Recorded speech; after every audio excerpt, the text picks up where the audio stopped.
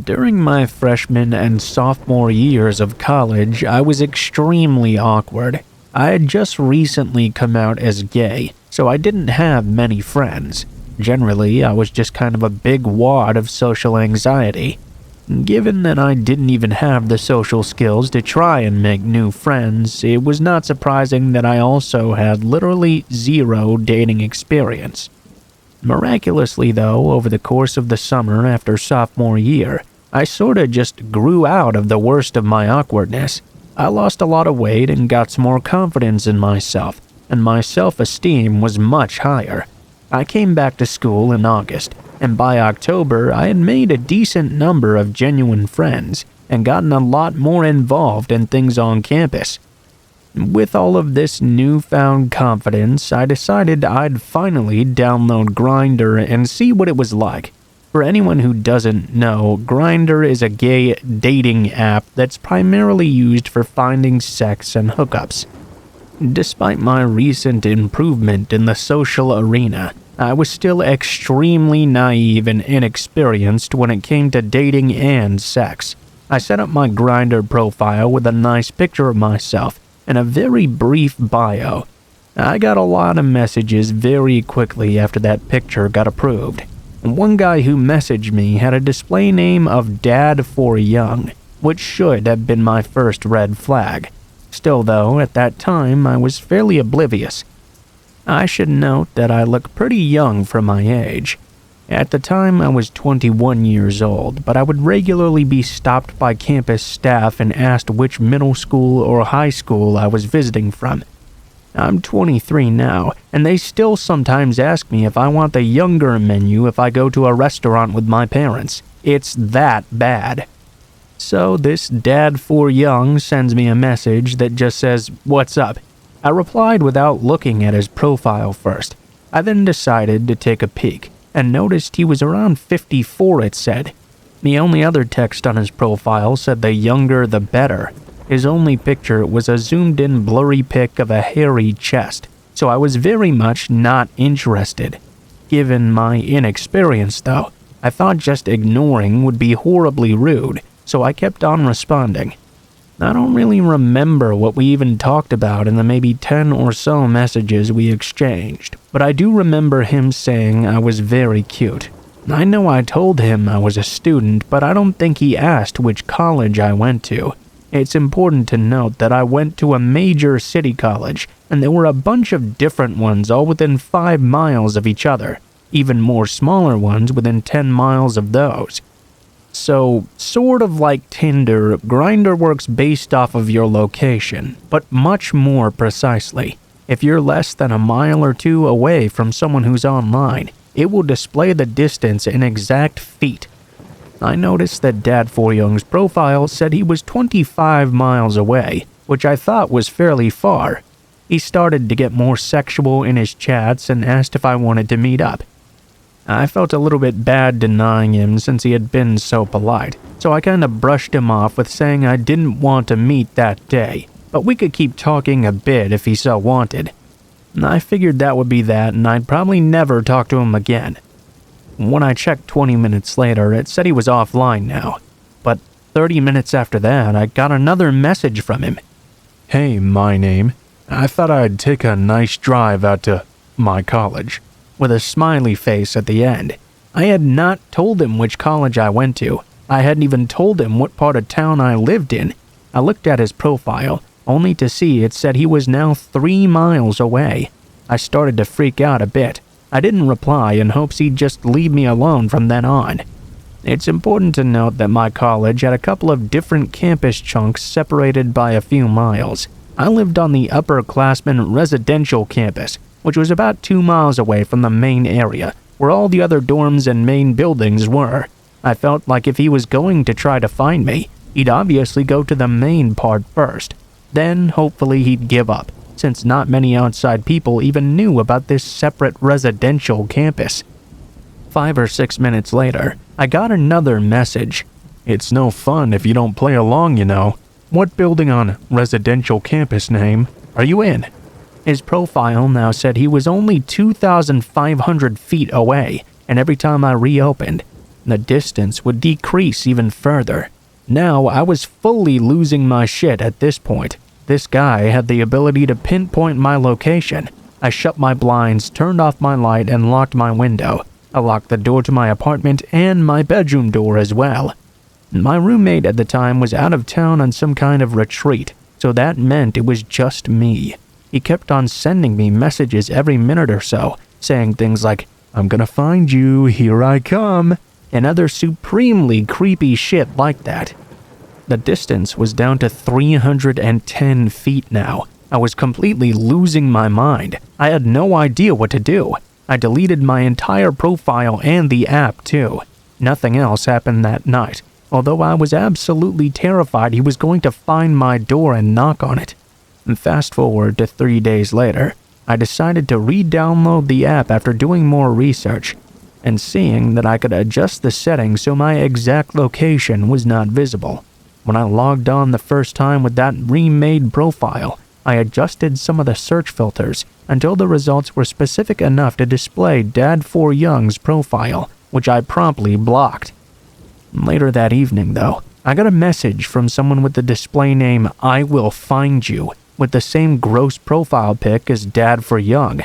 My stomach sank immediately. He sent a flurry of messages. "You fucked up. Almost got the police called on me because of you. I couldn't find you, so I had to go to the other dorms and find someone else. Said I was outside his dorm and told me to leave, that he'd call the cops. Well, I'm coming for your sweet virgin asshole." I freaked out, blocked him again, deleted my profile, deleted Grindr. I refused to download it or any other dating apps for a year, at which point I finally worked up the courage to check again, and haven't heard from that nut job ever since, thank God.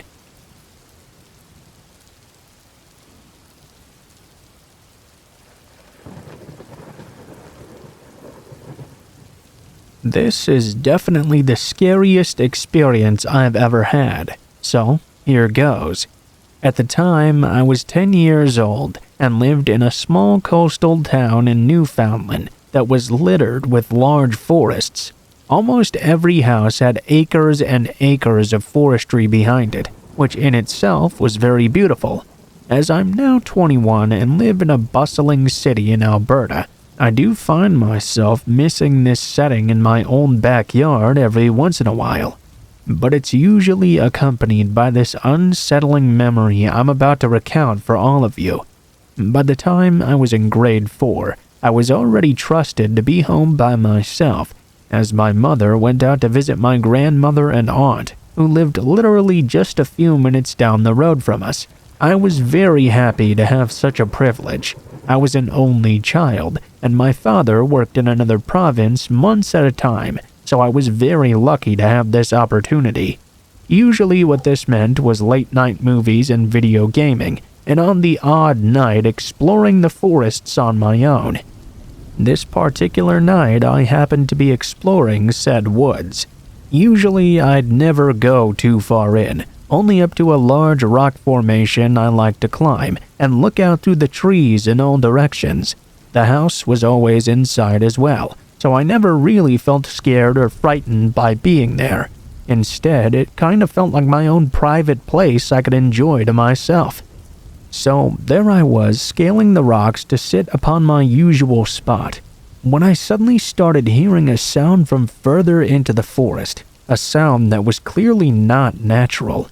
It was like a crying, a faint crying. It sounded like a child, maybe even an infant, crying relentlessly. I was more puzzled than scared, since crying was the very last thing I would ever expect to hear in this forest. I must have listened for a good few minutes, convinced my ears were playing tricks on me, but I realized soon enough that it was, in fact, somebody crying. In my mind, I imagined it must be a young girl that had somehow wandered too far into the forest or something and needed help. I considered going back to the house and calling my mother to come help, but then I worried the girl would wander further in beyond earshot. Instead, I decided to try and locate the sound myself. I made my way hastily through the trees and branches, trying to figure out the exact direction the crying was coming from. It definitely was not as easy as I'd initially thought.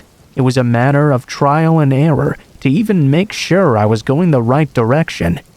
In my haste to find this person in need, though, the one thing I never realized was how consistent this crying was. No pausing, no words of any kind, just non-stop sobbing and wailing that seemed to have no end.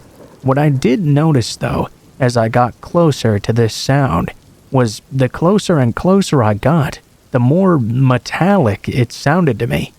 Eventually, I reached upon a small clearing that had only a few small trees and bushes and not really much else of note.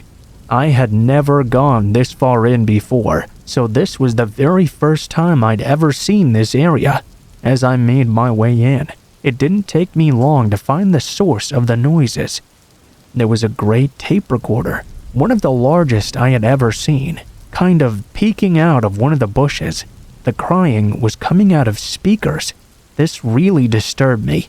I had gone all this way expecting to find a real person, but instead I'd found whatever the hell this was. As I was about to shut it off, I heard another sound coming just outside of the clearing on the opposite end. It sounded like steady footsteps advancing in my direction. It only took seeing a tall, shadowy figure emerging from the forest to send me running. Fortunately, though, by some complete miracle, I happened to recognize my way back by identifying rocks and trees as landmarks. Looking back, this definitely saved my life. I didn't dare to look behind me. I didn't try listening to see if the person was following me. Instead, I just kept telling myself to make it home, and nothing else mattered. I had to get home. Once I saw the large rock formation, it didn't take me long to know the rest of the way without needing to survey my surroundings. I was out of the forest in record time and sprinted right into my house, locking the door and shutting all the lights off as I went to my bedroom. I didn't want this person to know where I lived, or then I would really be done for.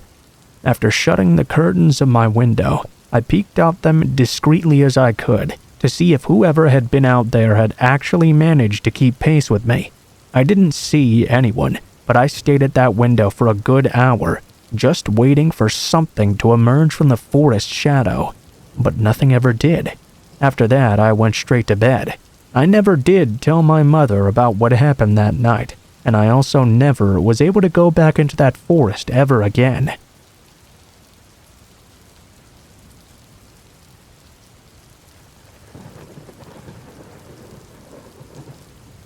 To give you some context, this occurred roughly 14 years ago, when I was 12 years old and living in East Side Australian rainforest. When I say rainforest, our house was on a 40-acre property surrounded by bush. The house itself was owned by a Swiss man named Hans.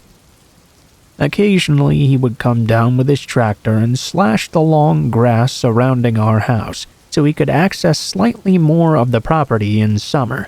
It was also extremely handy, because if you know anything about Australia, it's that we have tons of beasties that can very easily kill you. We lived about a 40-minute drive from the small town center. This meant that if we needed groceries, medical attention, or to contact our parents, say while we were at school, it would be a 40-minute drive before anything could be done. The house sat on the side of a large mountain, roughly 3/4 of the way up, so naturally most of the land we called home was strewn with valleys, nooks, and hideaways. We had trails we could walk, and they led to a stream and a small waterfall. It was a truly beautiful place, but considerably scary to me and my small siblings, one brother and one sister slightly younger than me. We did know our neighbors on both sides of the property, but because the location was so remote, our nearest neighbors were a 10-minute drive away. One was this lovely old lady who used to wave to us when we got off the school bus before we made our trek to our house every day. I think our parents had asked her to keep a close eye on us to be safe. The other was this middle-aged man and his family. He was a real jerk kinda, who excavated around the bottom border where our properties met together. He would continuously interrupt the stream and waterfall's clear-flowing water supply. Lots of strange and creepy shit can happen when you're living in the middle of nowhere, but one in particular involved a certain guy I never want to meet again. Being so far removed from people and the town, it was obviously very rare to ever get visitors we didn't know would be coming. When people we didn't recognize turned up, it was almost always because they were really lost and needed some help getting to where they needed to go. One day, though, a man in an ute came roaring down our driveway. I remember running inside to tell my dad that someone weird had arrived yet again. He immediately walked outside to see who this unwanted guest could be. For context about my dad, he's the most hardcore-looking person you will ever meet. He only has one leg after having it amputated earlier in his life after an accident on a motorcycle while he was fleeing from police. He was also in the Navy and brought up very strictly. He had grown up in a very rough part of Sydney's west, so he had some pretty shady contacts too. In short, he's really someone you don't want to fuck with. I wouldn't be surprised if he had killed someone in his life prior to having us. Anyway, my dad goes outside to see what all this commotion is about, while my mom keeps us hidden away, being very protective. Out stepped a man with a large red-furred dog. It looked like a German Shepherd cross, perhaps. It snarled at my dad and cowered right away when the stranger shouted at it to shut up. Our own dog Millie was snarling at the man and going ballistic while being chained up to the house. "Hi there. My name is John." The way the man spoke was like he was a door-to-door salesman or something. A really slick, smooth kind of guy who seemed friendly on the outside but obviously wanted something else. My dad immediately responded, "So, what the fuck are you doing here then, John?" The man was taken aback, obviously not used to dealing with someone so hostile immediately. Then they talked for a while.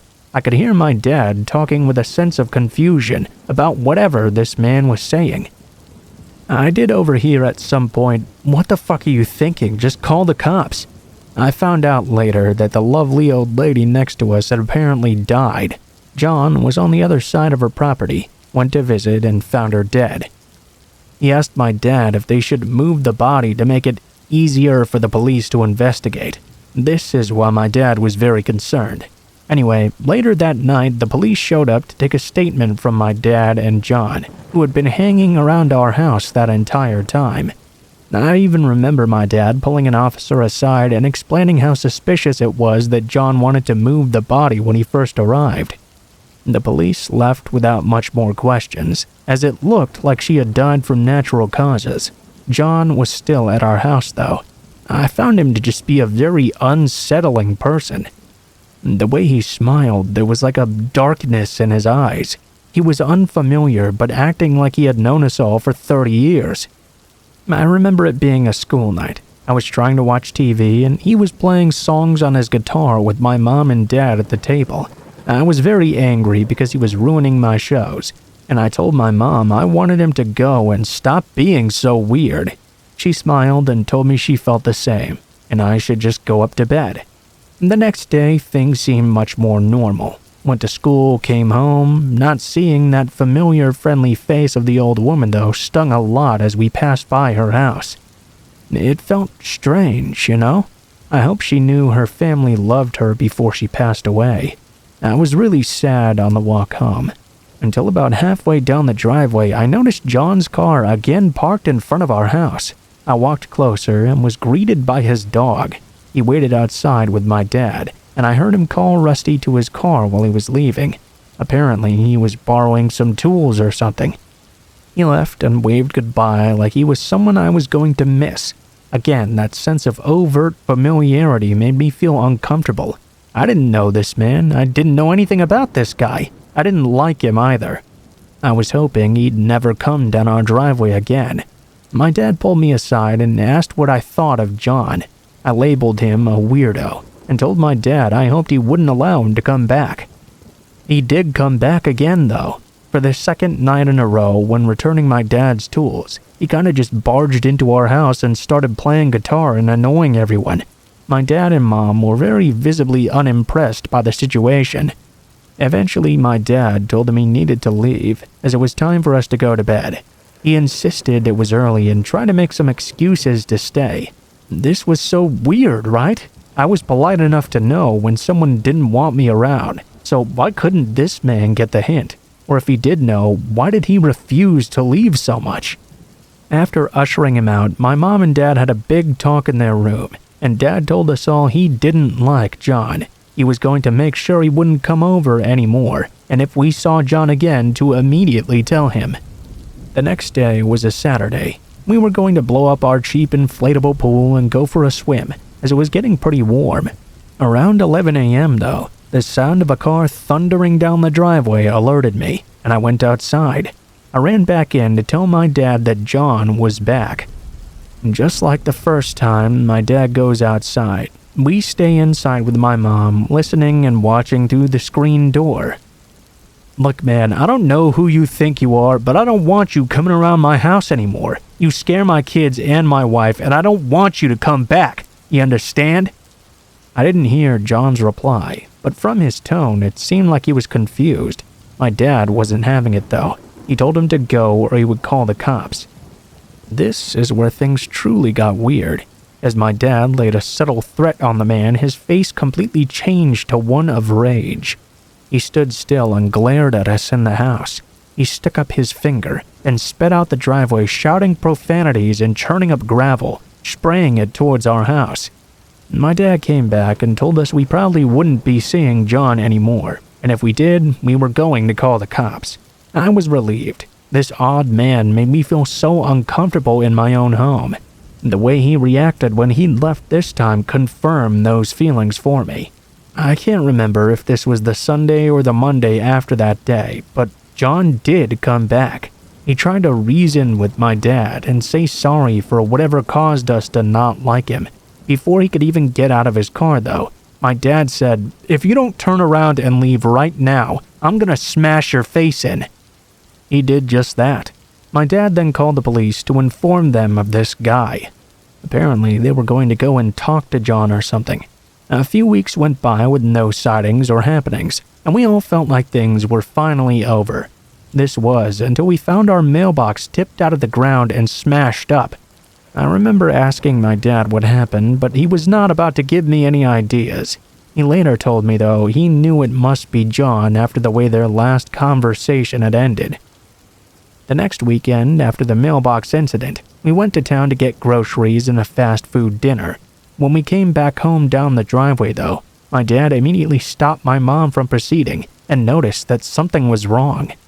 Next to the carport where we parked our car, there was a window that opened to the bathroom. My dad must have spotted this window was missing. As we drove down, he got increasingly more tense until we all noticed the window was gone. I remember being confused in the back seat, not really understanding what was going on. There was a man standing there, those familiar dark eyes peeking out from the window that led to the shower. My dad was exploding with rage. He told my mom to rush down the driveway so we could fuck this guy up. The man proceeded to escape from the window and run down the back of our property into the thick foliage. My dad, being the only one on leg, let Millie loose as she was going ballistic tied up to the house. She raced out into the darkness. She came back with nothing. My dad went out with his flashlight and couldn't find the guy either. I'm not sure if anyone slept well that night. None of our possessions had been stolen. Nothing had even been moved. We must have just caught him as he'd been arriving. The police came the next day and searched for fingerprints to no avail. My father was furious and again alerted them to John and his strange behavior. They only told us they would look into it once again. That was the last time we heard from John, at least for that year. I had almost completely forgotten about him and had the summer off to enjoy myself and get ready for high school. The school I went to was pretty large, considering where we were, but everyone seemed to know each other pretty well, including the staff. Within my first week at the school, we were introduced to all the teachers and teachers' aides. Needless to say, I was caught completely unaware when that overly familiar dark-eyed man from the previous year was reintroduced as a teacher's aide. This time, though, instead of John, he was introduced as Gregory or something. I went into a little bit of a mental spin as I was trying to make sense of this. I was 100% certain this man named Greg something or other was that exact same man who'd introduced himself as John. At the moment, so many thoughts rushed into my head. What if he had killed that old lady? What if he didn't live close by? What if he wanted to move the body so he could frame my dad or something? If he lied about something as critical as his name, what else could he be lying about? What if the police never even made contact with him? I was sitting there for a good 10 minutes, trying to piece this all together, until the teacher called my name to bring me back to reality. That's when Greg noticed me. The look on his face when he saw me was one I'll never forget. I could tell immediately he recognized me. He looked shocked. His eyes were wide. He stared at me and said nothing, like I had just found out his dirty little secret. I could sense the tension in the air and could see he felt on edge. I rushed home to tell my dad what I had just discovered. He was shocked and repeatedly asked if I was sure. He went to the school the next day to tell them and discovered the man had put in for indefinite leave and never returned.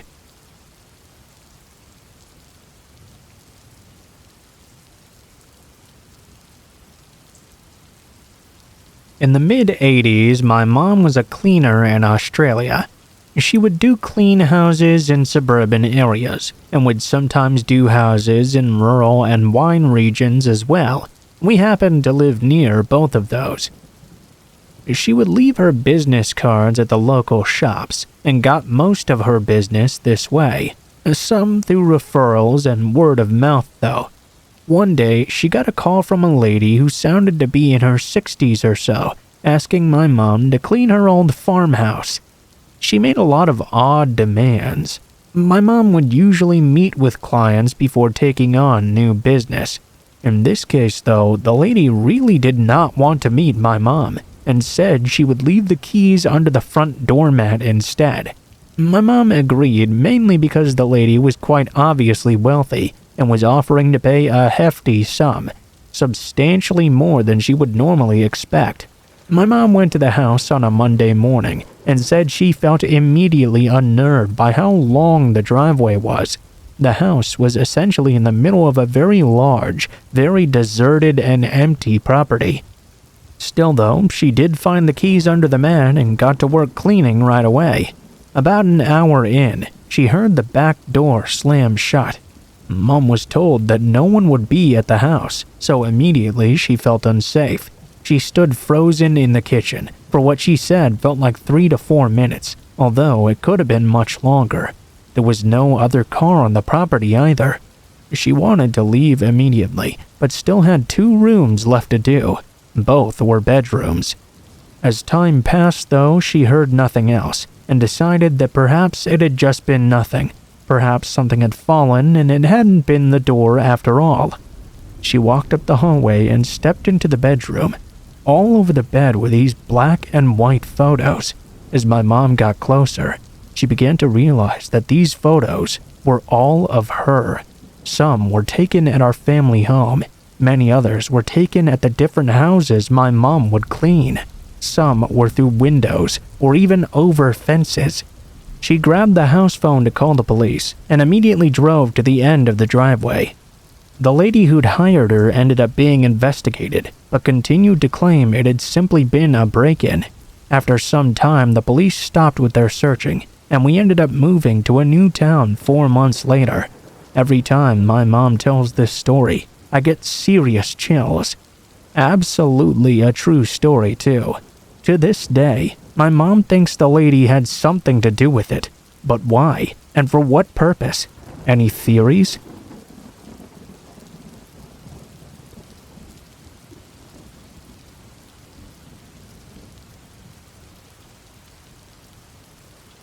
I never actually thought something like this would happen to me.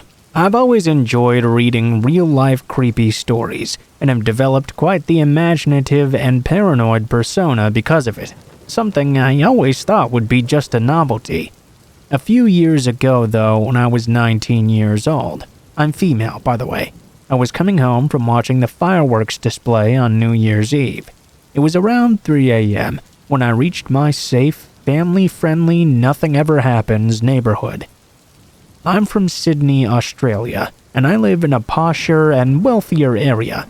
My friends wanted to call a taxi because we didn't want to wake our poor parents at this hour to drive us back home. Because of my stubbornness and insistence, though, instead, we ended up taking the very long walk home. My friend Aiden was complaining most of the time, and I guess you can't really blame him. Rohan was just silent and compliant. I was very cheerful, though. As we reached almost to my street, the three of us split ways. The guys continued on their even longer way home, much longer than mine, and I continued on my trip. As I passed by this little cake shop, I noticed a guy across the street. I only glanced at him very briefly, but something in the way he almost jolted upright to look at me in interest caught my attention. I hurried on a bit because I was usually paranoid about these sorts of things. 99% of the time, though, it was just that, me being paranoid. I turned down onto my street, which was much darker than I'd anticipated. This was about 3:15 a.m., mind you. As I passed by the bowling club in the oval, I kept looking behind me just to make sure. It was getting even colder and darker, so I was really starting to feel a creepy ambiance. There was no one behind me, thankfully. No one anywhere as far as I could see, actually. I was about halfway down my street where the road dips down when I noticed something off on the path in front of me. I couldn't tell at first what it was. At the last minute, I stepped off the path onto the road to avoid it. It looked like it might be a dead animal or something. As I took that step out onto the road, I turned ever so slightly to do it, and saw that in fact there was someone behind me. They weren't too close by, slightly hidden away. I remember my heart leapt into my throat because I hadn't noticed this person before. For them to have gotten that close in that short a space of time, something about that didn't sit right with me. When I tell people this later, they of course said I should have been quite sus right then. It's 3 a.m. in the morning and you're quietly walking behind someone, not even bothering to keep a safe distance. If you were really innocent, you would take measures to emphasize that, right? I couldn't make out who this was, nor could I tell if they were male or female. They were just far enough away to basically only be a black figure to me. It was a very brief glimpse. I still got scared though, so I whipped out my phone and started to call Aiden. I kept on calling him over and over, but I just couldn't connect for some reason. I tried to call Rohan as well, but he wasn't picking up either. I kept this up at least 5 times, increasingly getting anxious. I didn't dare to look behind me at this point though, to see if the man was still following me. In fact, I'm kinda glad I didn't actually. I think I would have just freaked out and stopped in place if I'd confirmed it. By that time, I'd reached my driveway, and I hurried up to it thinking I was safe. As I was halfway up though, I looked over my shoulder again really quickly and saw the figure right there. On one hand, it may have looked like he was merely passing by my driveway, but on the other, I was much more certain that it looked like he was just about to step onto my driveway as if to walk up in the moment I'd caught him. At that precise moment, the thought occurred to me that it might be my brother Jonathan perhaps. There was no reason anyone else would bother walking up my driveway. And he would sometimes come home around this time. Even if some guy was following me, it never occurred to me that he would really go to the lengths of going up my driveway as well. I thought I was completely safe because I had the advantage of having my house close by when he'd started following me. As I looked closer though, I noticed the build of this figure really did not seem to be Jonathan. I really started to hurry.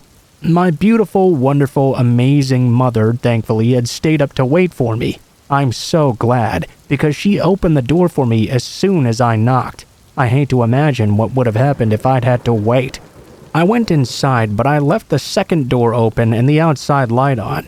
I thought perhaps that really was Jonathan just coming home any second now, until my mom said this.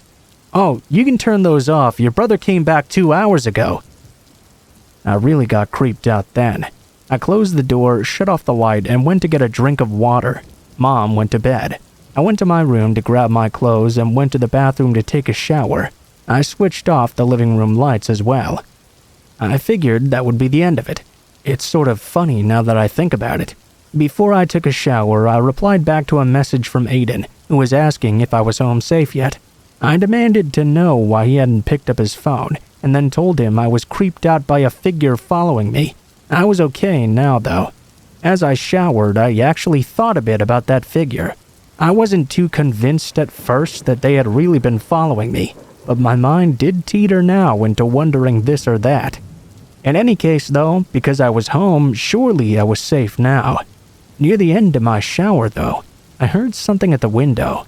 It didn't sound like the usual creaking or bumping of an old house.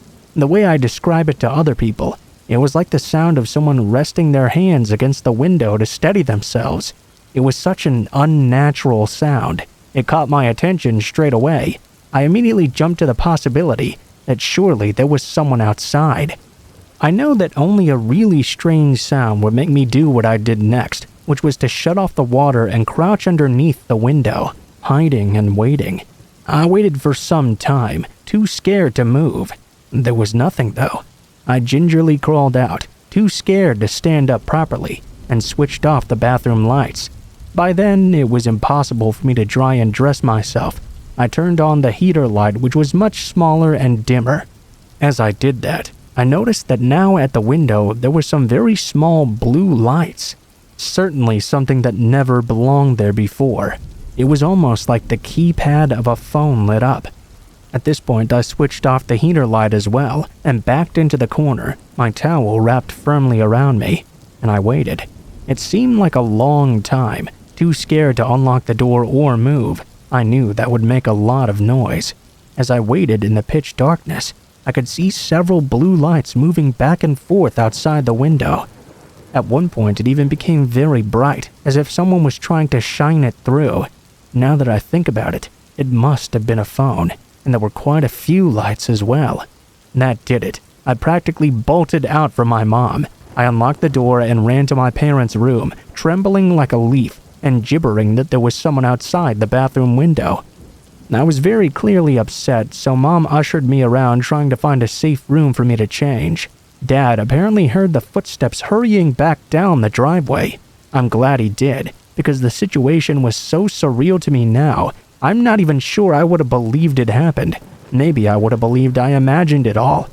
This was confirmation, though, that it was not just in my head. I was so shaky I slid into bed and couldn't sleep the whole night until it was morning. Even when it was morning, I was still terrified, especially when I heard Dad leave the house to go into the backyard. So, that's my lesson learned. Never walking home at night again. I'm even a bit worried during the daytime. We never did find out who it was either. People wonder if it was the same person I'd passed earlier, but honestly, I don't think so. My brother doesn't think so either.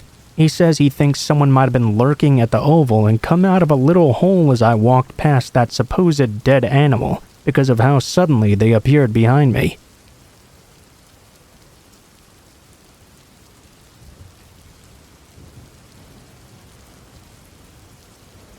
First off, you need to know that I live in a poor Eastern European country, in a big city with a bad neighborhood. At least, that's what I've been told. I'd never actually encountered any creepy individuals that might want to do me any harm. Just your usual vandals and some mild troublemakers here and there. Never anyone seriously bad, though. I'm still a teenager and live with my parents, but growing up in this environment, I consider myself to be quite street smart, a feature that's helped me often when I get into trouble. It turned out to be very useful today as well. At about 3 p.m., my dad left for ping pong practice. I knew because of that he'd be back around 8 or so. Usually he'd hang out with his friends afterward and have a beer or something.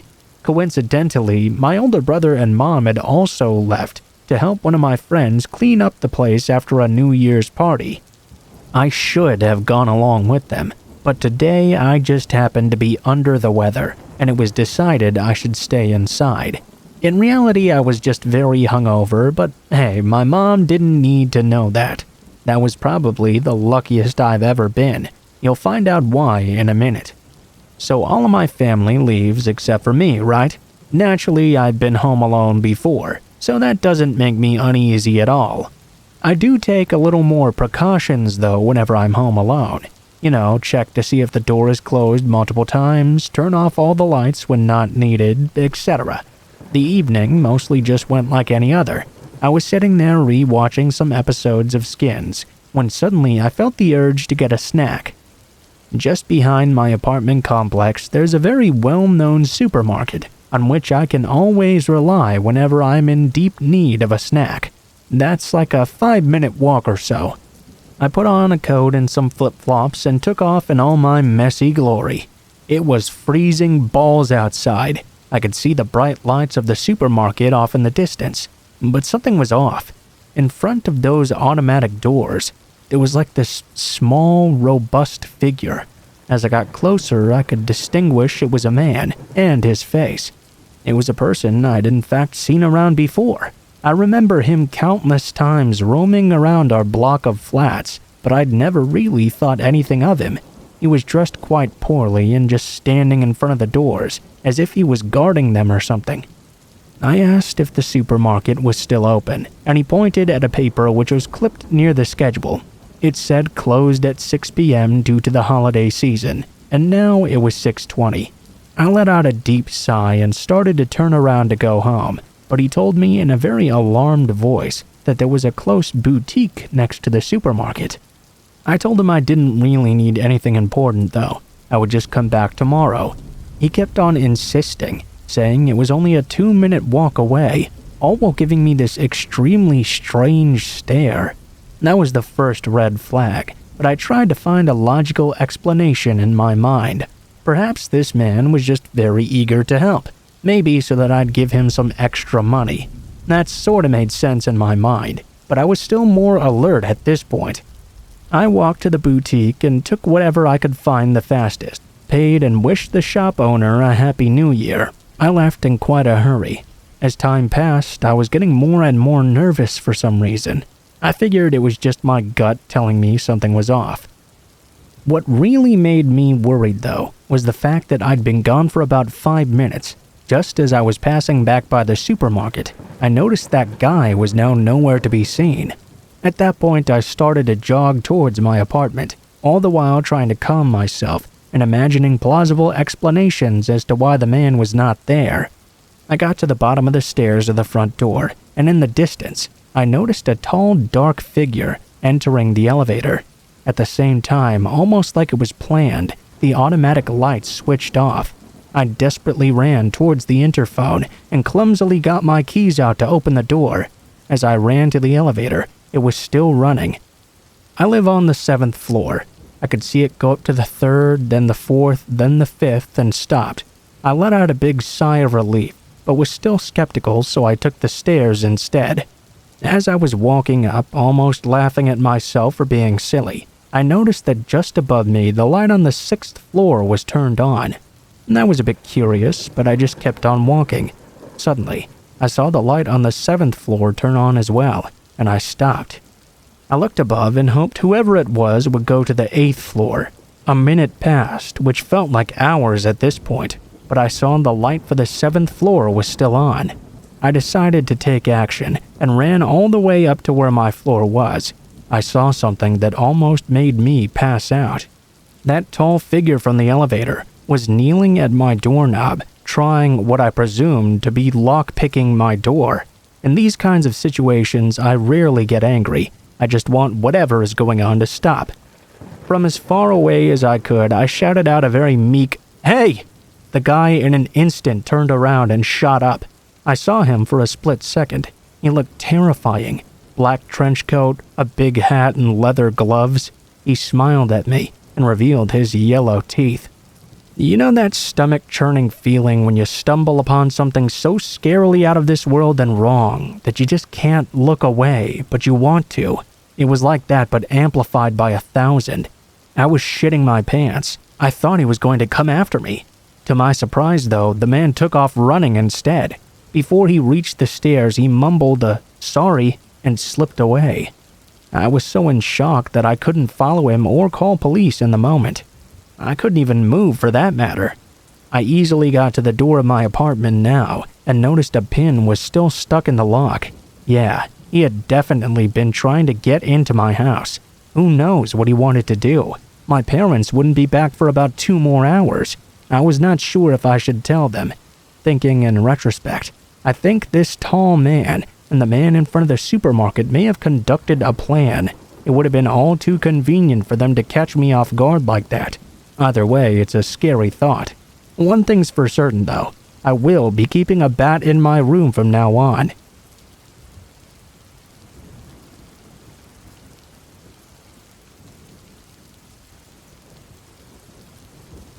So I can't entirely say I know what's happening here, as to this day I still have no clue who did and is doing this to me.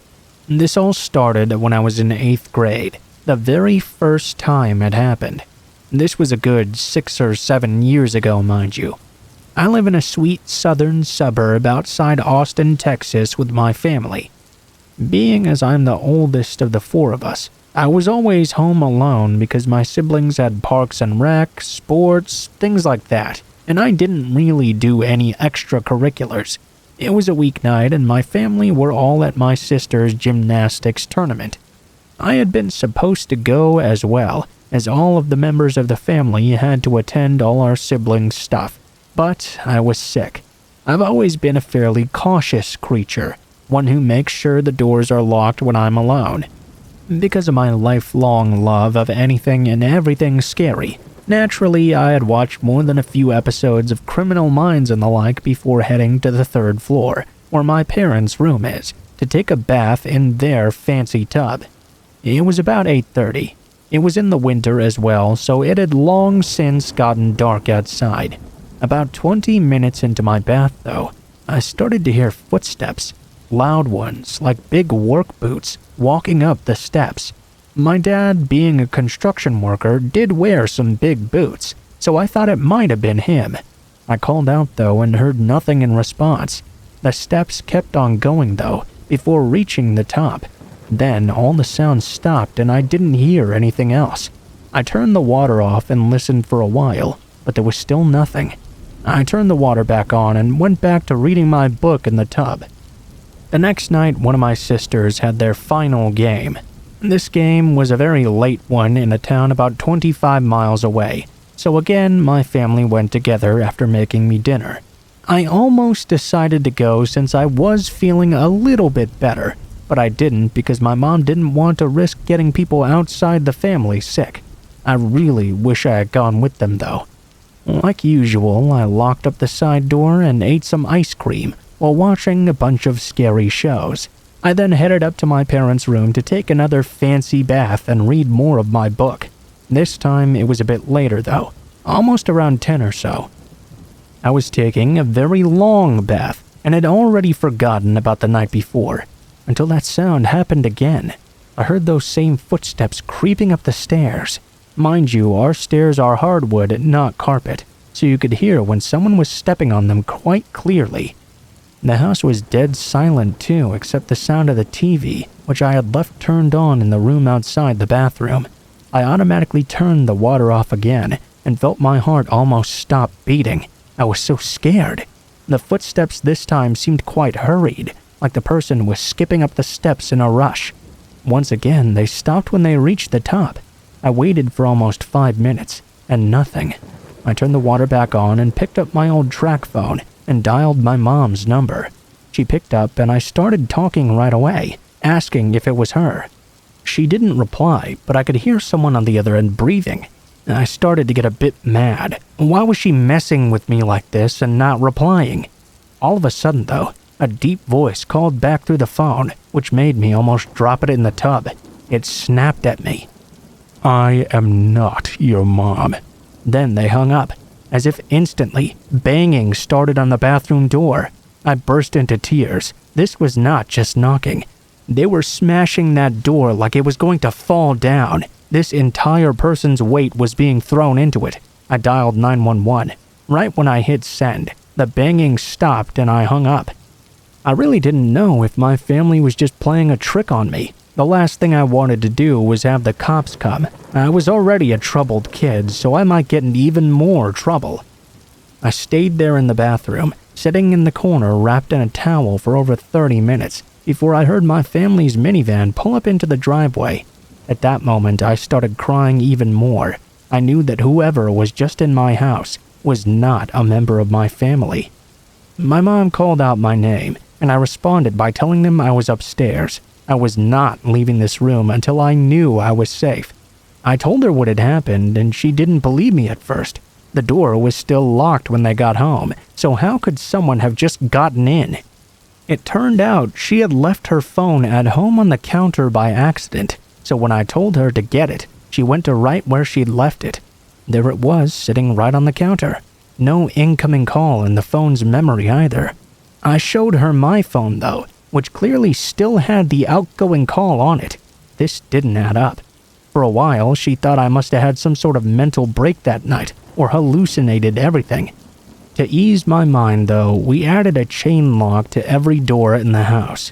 For 5 years, nothing extreme like that ever happened again. Life did get pretty busy though. I got involved in activities that made sure I was never home alone again. I joined sports in every season, volunteered, anything and everything I could do. Every month or so though, I would hear these distinct footsteps on the porch below me. I lived on the second floor in the bedroom on the far left side directly over the front porch, so I could hear everything, even my dog sighing. It would always be someone like pacing back and forth. Then my dog would start barking and immediately the steps would stop. It got so bad one night when I was 15, I woke up myself and the twins. We all met in the hall, fully prepared to go down and attack whoever was on our porch. My brother equipped with his baseball bat. Once we got downstairs though, it stopped. It wasn't until this last summer, just as I'd turned 18 and finished my first year of college, that the scariest moment happened to me. It was a weekend night, and my parents had gotten accustomed to going out of town pretty much twice a month, leaving me, my brother, and my sister home alone. They took my other brother, who was only 9. This night, the twins were going to a party in the neighboring town, though, and would not be coming home until the next day. I saw this as the perfect time to camp out downstairs in the living room, make a bunch of food, watch a bunch of movies, and get high. I FaceTimed my boyfriend. Somewhere into the call, though, he said something that kind of creeped me out. I really didn't think much of it at first since I was so high, but he called out to me and asked, "You're home alone, right?" I was confused and laughed. Of course I was. Why? He shook it off, saying he thought he'd seen something in the porchway behind me, but he wasn't really sure what it was. I got up right away and walked to the laundry room. I made sure the door was closed, I double-checked all the locks, I passed down at around 1 a.m., TV on and all. All of a sudden though, I woke up to a loud banging around 3. Immediately I was pierced with fear. It was the same loud body-slamming banging from years ago, a memory I had blocked. It started at the side door directly to my right. I couldn't move my body. I was too scared. I looked over and saw a light flashing inside, like someone was shaking a flashlight into the door. Then the same noise started at the front door, and again at the side door. All 3 doors to my house were lit up, banging so hard the entire house was shaking. Then I heard it on the front porch, like a knife or something sharp being dragged along the door. I was bawling my eyes out. I dialed 911 and started frantically explaining what was going on between my sobs.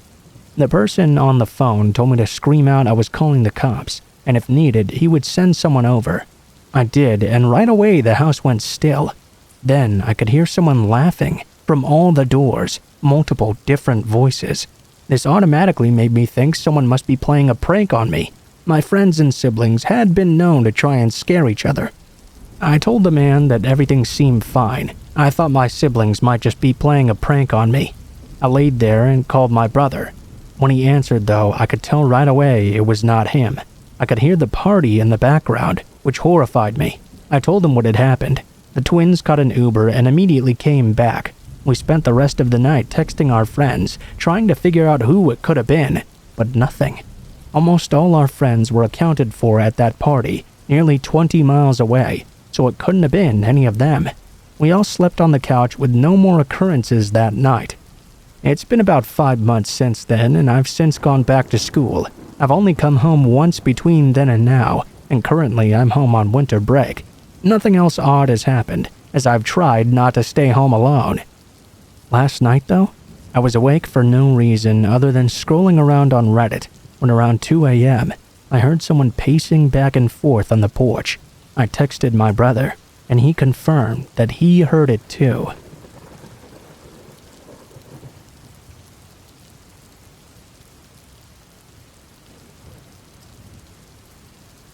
This happened to me in 2008 in Las Vegas. I was living with my husband and our son, who was about 2 years old at the time. I would frequently take our son to the grocery store early in the evening with me to do some shopping and give my husband some alone time. I never really worried much. The store was literally just outside my neighborhood, plus we lived in a very nice area. I finished up my shopping and put my son in his car seat. By the time I'd finished loading the car, he was passed out. I decided to quickly fill my tank at the gas station on the other side of the lot. While I was pumping gas, though, a big truck pulled up on the opposite side of my pump. The man pumped his gas and seemed to take no notice of me. Then he left. Just as I was finishing up, though, his truck suddenly pulled up next to my car once again. The man inside, who looked like he loved his meth, said, "Excuse me, miss, but I just felt compelled to tell you how beautiful you are. As a matter of fact, the only reason I came to get gas here, it's 'cause I saw you come here from the grocery store, and I just had to be nearer to you. I've been trying to find the courage to approach you for a while, actually." I was flattered and thanked him for the compliment, but quickly informed him I was off the market. I know, it was worth a shot, though. He began to pull off. Suddenly he backed up again, though, and said, "If you tell your husband what I said, I'll kill him."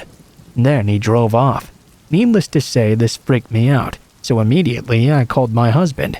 He told me not to come directly home, in case the guy followed me. I drove around a bit until I felt I'd lost him, and then I went home. My husband and I went over it over and over again. How could the man possibly kill my husband if he didn't know him or even where we lived?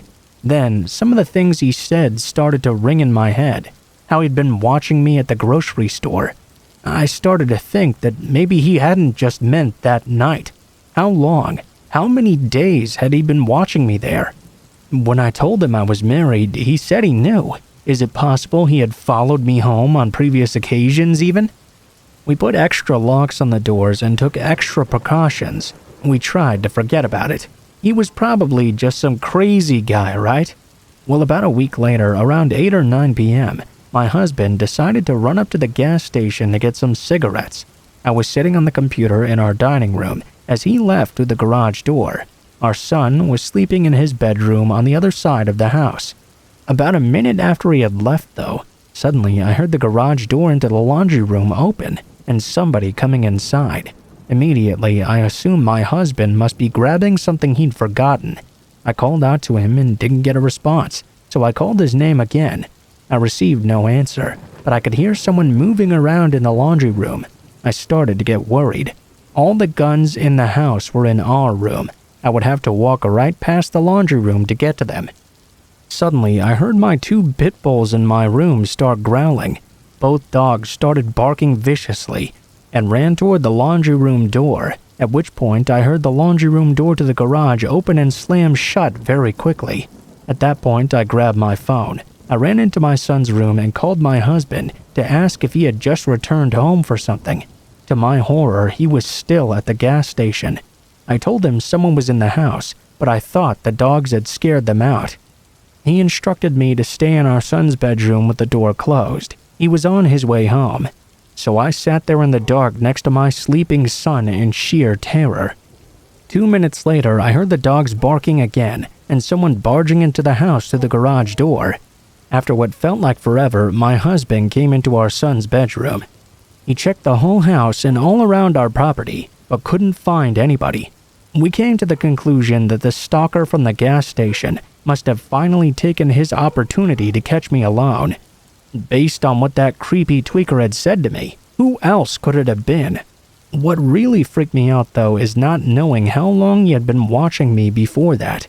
How long had he been watching me before he approached me at the gas station and before he barged into our home? It really opened my eyes that someone could stalk you without you ever knowing about it until it's too late to do anything.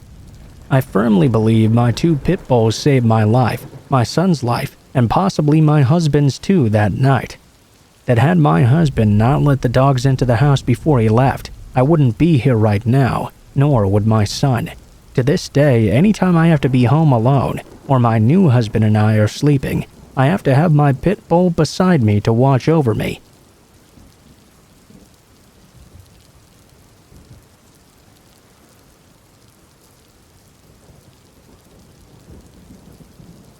When I was little, I lived in a very safe neighborhood. All the neighbors were either friends or relatives of friends, and this being the late 80s, we were allowed to roam and play however much we wanted, as long as we'd be back home before dinner. The earliest encounter I can remember with this creep was when I was around 6 years old or so. I was with a group of other kids, riding our bikes down the steep hill that led down into our neighborhood. One of the other kids suddenly noticed a man standing against a fence at the top of the hill, not very far away from this parked blue van. I didn't recognize the man, and neither did anyone else around me, but that didn't really mean anything at the time. I had only just been allowed to leave the yard, and assumed I didn't know everyone in the area yet. I don't know why, but we all decided to go over to him. My parents had told me to stay with the group, so I just followed along behind. I don't really remember much about the man, only that he seemed to pay an extraordinary amount of attention to me. Even after the other kids had wandered off to continue riding on their bikes, the man kept me staying and talking. I remember very clearly how when he asked my age and I told him, he smiled this big creepy smile and said I looked much older. At least 12 or 13. I guess this was supposed to be a compliment, but I was aware of how much younger I looked and was compared to everyone else. I mean, I didn't even have a bike because I was too small to reach the pedals on my own. I even had pigtails with ribbons in them. I don't know if he creeped me out exactly, but I quickly excused myself and rejoined the group. Honestly, I think I felt more insulted than anything. Like he was making fun of me by pointing out I didn't really belong with this group of teenagers. Eventually, I went home though, and I didn't tell my parents about the man. In my mind, he was an adult and I wasn't allowed to question adults at that age. Stranger danger had never really been much of a thing in my family. Skip ahead 3 years now. It was Christmas and I was 9 years old. I'd finally been given my very own bike. And this one was not a little kid's bike either. I was so proud I just had to go out to try it, despite the cold weather. Of course, my parents allowed it right away. I headed out to that hill all alone. It was Christmas and no one was going to come play on Christmas morning. I had spent about 20 minutes rocketing down the hill on my cherry red bicycle. I even wiped out once, skinning my palms, when I started to notice a blue van driving by slowly and repeatedly as well. I didn't remember that previous encounter at this point. I suppose, like for any 6-year-old, something that happened 3 years ago was completely inconsequential at the time, and I'd quickly forgotten about it. This van drove down the road, past the drive into the neighborhood, at least 3 times. I got this very strange feeling, a tingling down my spine, like someone was watching me. I'd never had that feeling before in my life. The only way I can describe it is a visceral, primitive warning that you're now the prey to someone very dangerous. Luckily, I was able to keep my cool though. I kept on riding my bike and watched that same van drive slowly by back and forth at least a dozen times. Finally, when it passed me by for the last time and disappeared behind some trees, I took the opportunity to book it down the hill using gravity and every bit of strength in my legs to build up enough speed to get me all the way to the end of the drive. I did it so fast I didn't even have to stop. Quite a feat since my house was the very last one. I ditched my brand new bike in the grass and ran inside to safety. Again, I didn't tell my parents though, half because I felt like I was just being silly, and half because my mom was cooking and my dad was watching TV. Two activities to never be interrupted in my house, on threat of spanking. I never saw that blue van again. I didn't find out until I was 29 exactly how lucky I was that day. After my father's death, I helped my mother clear out his house. While looking through some old boxes, I found an old answering machine, a bunch of tapes, and a tape player as well. Knowing the narcissist my father was, I assumed they must be a combination of old messages from nearly 3 decades ago, and him singing badly and playing the guitar even worse. I took the whole thing home and started to listen to the tapes, mostly for nostalgia. I was half right, but they were not just missed calls from friends and family. I was not in any way prepared for the absolute filth on these old answering machine tapes. I'm not one to blush at bad language. Though I may not use some of the words I heard myself, it didn't really bother me when others did. But this made me physically sick. Maybe because these messages were all directed at me, at a child version of me. Entire hours-long tapes were filled with this one single man calling over and over. They started with some polite-sounding variation of, "This message is for my name. If you could let her know, I'd really appreciate it." Afterwards, nothing but graphic, vulgar descriptions of what he planned to do to me step by step. How he wouldn't hurt me too much. He'd make sure to leave me somewhere my parents could find me when he was done. He didn't say whether he meant alive or not either. He called me his girlfriend and talked about how beautiful I was. There were long tributes to my blonde hair and how he planned to cut it off and keep it after he'd defiled me. He'd wash it off first, of course. He wasn't dirty like that. This was, of course, all in the most filthy language you wouldn't even find in porn. The messages stopped abruptly right around when I was 10 years old, though. After that, it was nothing but the usual missed calls again. I don't know what happened to that man. He really didn't sound like the kind of person to just go and give up. Maybe he ended up dead or in jail, but I do know my dad had a tendency of handling things himself. I know of at least 2 other incidents when someone was bothering my mom or me. They stopped after he went to have a talk with them. Looking back, I suspect that my father was a genuine psychopath in a clinical sense. I destroyed those tapes because I didn't want my mother to find them. If she knew, I have no plans to bring it up now. If she didn't, I don't want her to ever know, for her own peace of mind. Honestly, I kinda wish I hadn't found it either.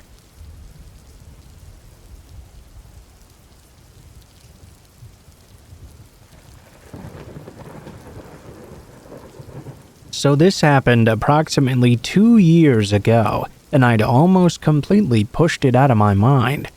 Anyway, about 3 years ago, my mom and my stepdad separated, and I, and my sister moved out and into a new place. It was in a decent neighborhood, not like a nice one, but safe enough. It was quiet and mostly full of elderly people and young families. Moving in, I never really felt unsafe. And ever since this incident happened, I haven't either. Probably about 6 months after we moved in there were a couple of strange occurrences. One night, my mom was out for the night because she works as a relief worker for a women's shelter, and the hours can be pretty sporadic. I'm 16 at the time and stay home with my 10-year-old sister to watch her. At around 9:30 or so, I ordered us a pizza because we were watching a movie together. And hey, I'm a nice sister, right? Like 15 minutes later, though, I noticed some lights outside my home. I assumed it was the pizza guy. That was a little bit weird because they'd never been this fast before. But who was I to complain about good service? I get up to the window just to check and see a small blue car pulled up on the side of the road in front of my house. It's turned off, but the driver isn't making any moves to get out. or any movement at all really. They're just kinda staring straight ahead in a trance. At this point, I still thought it was the pizza guy. I was thinking to myself, what the fuck, dude? Get out and come give me my pizza. The guy just keeps sitting there though. Eventually, I realized this guy must not be the pizza guy. I went to sit back down and figured he must be waiting for my neighbors to get home or something. Another 20 minutes passed by, and this time the pizza actually arrived. At this point, I started to get a bit uncomfortable because I noticed that same car was still parked outside my house, and the guy had not moved at all. Let me explain to you. It's not like this person was sitting still casually in their car, playing on their phone or listening to music like a normal person. They were sitting bolt upright, with their arms rigid and rock solid out in front of them on the steering wheel. Additionally, the pizza guy now seemed quite concerned as well, and asked me if I knew that guy in the car. He said that the man had pressed his face up against the window and stared at him as he'd walked by and approached our front door. I took my pizza and we started to eat it. Eventually, my sister passed out. I turned everything off and went upstairs. Every hour or so, though, I'd go back to check if the car and the man inside were still parked outside my house. Every time they were. He's just sitting there the exact same way, looking like he hadn't moved a single centimeter in hours. That is, until I checked at around 2 a.m. Now I could see he'd moved from the driver's side into the passenger seat and had his chin resting on his hand, looking out the window which was facing my house. I was starting to get weirded out at this point, but I didn't know what to do. I convinced myself I must just be overreacting. I went back upstairs and waited another half hour before checking again. It was almost 3 o'clock at this point. I started to think that maybe this guy was watching and waiting for me to fall asleep so he could break in and rob us or something. This time, instead of leaving the lights off when I pulled the curtain to check if he was still there, I turned them all on so he would know I was still up. I also made a point of holding my phone up to my ear, hoping he'd think I was calling the cops and leave. I didn't actually call them, as I didn't know if it was illegal to park on the road outside someone's house, and I didn't want to get in trouble if it turned out to be nothing. At this point, though, he started to actually get out of his car. I thought he was just getting out to get back in the driver's seat, but instead he closed the door and leaned against it, put both his hands in his pockets, and looked straight up to stare me in the eyes. I couldn't see his face clearly because directly across the road there was a street light, so only his silhouette was visible. After maybe 30 seconds of this staring, I got way too creeped out and pulled the curtain shut again. This time I called my mom. Of course she was concerned and said to deadbolt the door, and if he did anything else or just wouldn't get back in the car, to call the police. I agreed and she hung up. Finally, an agonizing 2 minutes later, I worked up the nerve to peek out again. He was still just standing there, staring up at my window. Now I started to dial the number for the police. Just as I went to hit the call button, he abruptly looked up toward my neighbor's house and jumped back in his car. I found out the next day it's because my neighbor had opened the front door and started to go out to confront him. Apparently, he'd noticed this guy's weird behavior too. The weird car guy still didn't leave though. He continued to sit there in his car, looking towards my house until 6 a.m. I stayed up the entire time. Of course, I couldn't fall asleep now. I don't know exactly when he decided to drive away, but the last time I did check was 6. Also, looking back, I'm not sure why I didn't continue to call the police. I guess I figured since they didn't really do anything the first time, they wouldn't do anything this time either. Anyway, finally I got to bed and tried to write this off as just a weird occurrence. For the next few days, I spent nights at friends' houses, just to keep busy because it was the summer holidays. When I got back home, though, my mom told me every day since I'd been gone, a blue car had driven past the house very slowly and honked every time. She didn't recognize the driver. When she walked outside to take a picture of the car and license plate after it had driven by 4 times, it sped away. She called the police and reported the weird behavior, as well as giving a description of the vehicle. They said they'd keep an eye out for any other incidents involving a car matching our description. About 2 weeks after that, the car was parked outside my house again. but this time no one was inside. It sat there until it was finally towed away eventually. And that's it. I never received an explanation beyond that the car had been stolen over 3 months ago in a town nearly 5 hours away. Definitely one of the weirdest things I've ever experienced.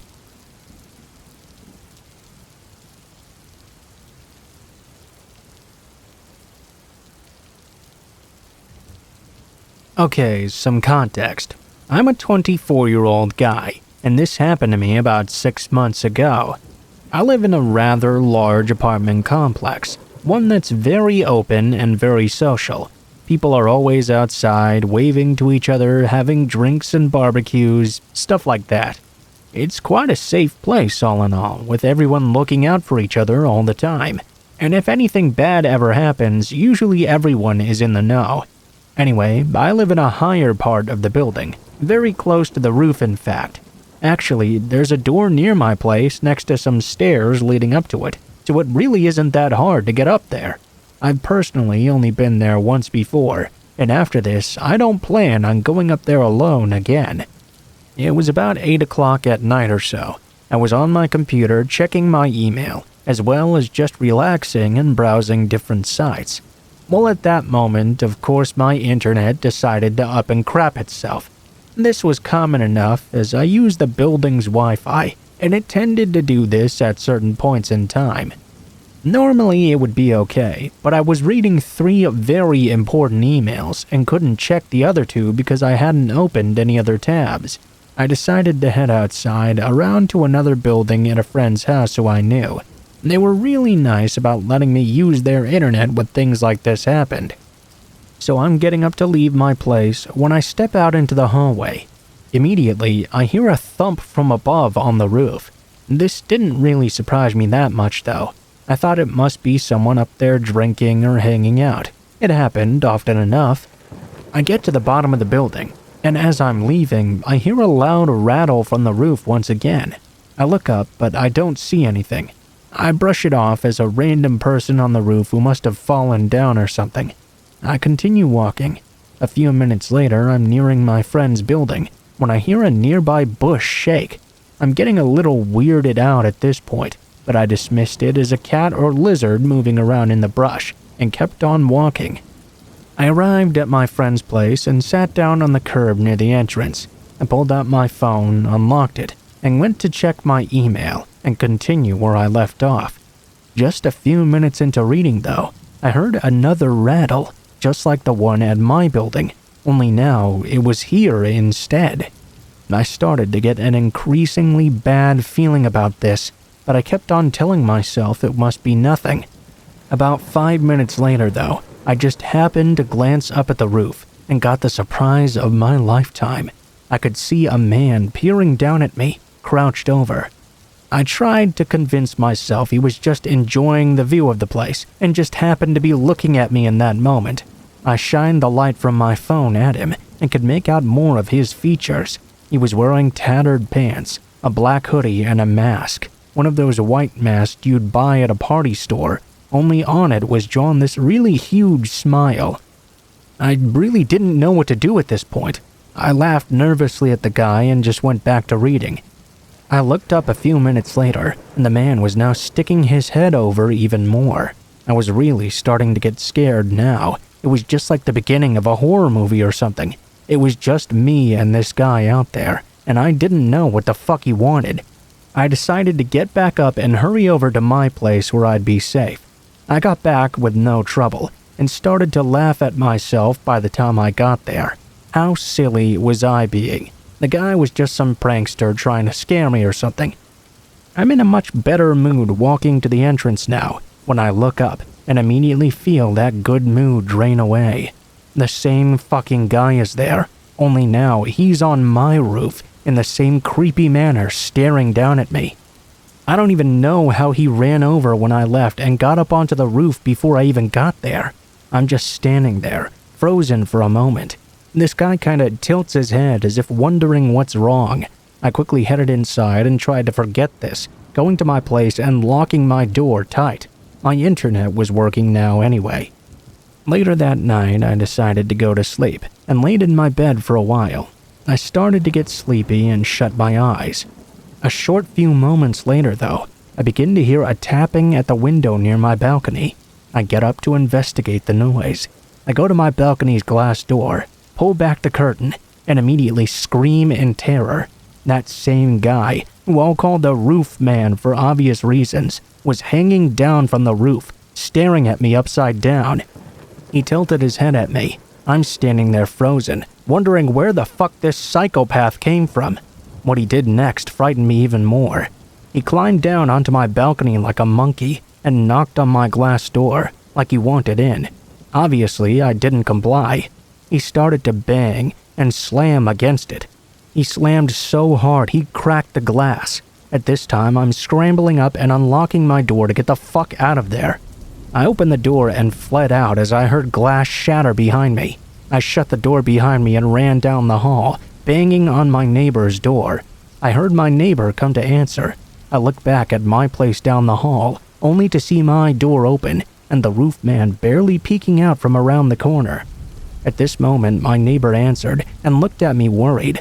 I pointed down the hall and he looked.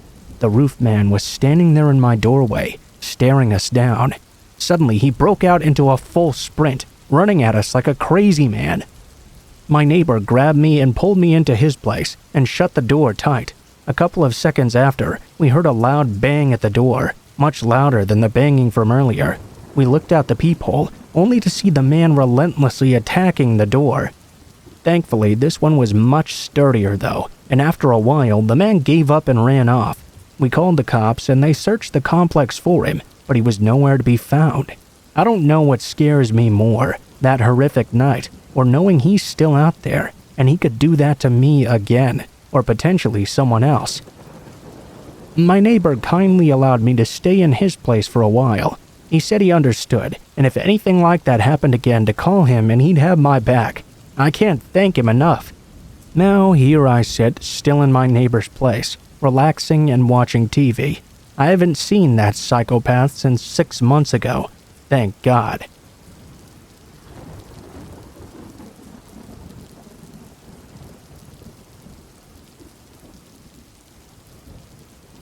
I started leasing a condo in 2010 and lived there for roughly 4 years. To understand the story, let me explain the layout of my condo first.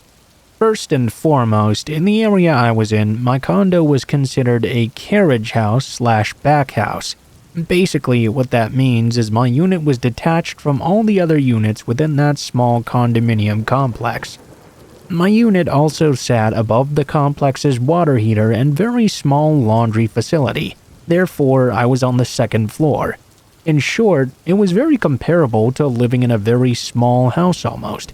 A house that's on the second floor, so I had no one above me, beside me, or below me. It was a freestanding unit. If I wanted to visit my neighbor's units, I had to walk down my stairs and go out through a gate. My condo was only accessible through an alleyway, meaning you couldn't even get to or inside my unit without being in that alley. The alley is where all tenants facing north on my street parked, and all tenants facing south on the street behind us parked. It had a singular set of stairs which led straight up to a small landing/balcony, and then of course the entrance to my place. There was only one singular entrance and exit and no additional balconies either. My unit had this wooden door with a bottom lock and deadbolt, as well as a screen door you also locked. It was total shit though, because even if the screen door was locked, you could just open it by pulling hard enough.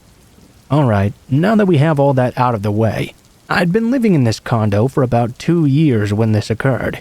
One night, I'd go outside to my little landing to smoke a cigarette. I know, blah blah, so bad for me. I've since quit, so no comments on that, please. It was nighttime, therefore quite dark outside. Our alleyway was still pretty lit up, so I could see everything going on pretty well. I was screwing around on my phone leaning over the railing when I happened to look down into the alley. I could see this youngish guy walking down near my unit. No big deal. Occasionally, there would be random people that walked through our alleyway from the bus stop. They never just stopped and stared, though. They continued on their way. All of a sudden though, this guy stopped in place and just stared up at me. I mean, he literally stopped like he got hit with a force field or something. He didn't say a single word, just stared up into my eyes. I can't explain why or how I felt the way I did, but when we made eye contact, I have never felt the same emotions that came over me in that moment. I could just sense this guy was evil from more than 10 feet away. His eyes had zero emotions. It was like how a lion would look at its prey just before the kill. I had never seen this man or interacted with him in my life. After making eye contact, my heart was pounding rapidly, so I put out my cigarette and went inside. I didn't want to make it seem extremely obvious, because I didn't know what this guy was going to do. I locked my screen door, locked my big wooden door, and called one of my neighbors to see if he could keep an eye on the guy. My neighbor answered but said he was not home right now. He'd be pulling down the alleyway in a couple of minutes though, and could see if he was still there. At this point, I'm standing in my kitchen about 20 feet away from the door when I start to hear these quiet footsteps on my stairs. Then I hear someone pulling on my screen door, attempting to force it open. I knew it was him. I was not expecting anyone that evening. Very soon, I found out that when shit goes down and fight or flight is supposed to kick in, apparently I freeze. No grabbing a knife for me. Needless to say, if anything happens to me in the future, I'm probably screwed. At this point, I didn't know how long it'd been from a time standpoint. It seems to stand still when you're in fear. All I know is that the man had forced my screen door open already and was now working on my wooden door. As I was preparing for the worst, I could hear my savior neighbor screaming out, "What the fuck are you doing?" According to my neighbor, as soon as they called out to him, the man flew down the stairs and booked it out through the alley. My neighbor tried to catch up, but they were also a bit older, so they couldn't manage. I don't know what the guy was doing or what could have happened that evening had my neighbor not come home at that exact moment. Honestly, I'm very lucky he was already on his way back. I lived in that condo for another year and a half, but I never saw that man again.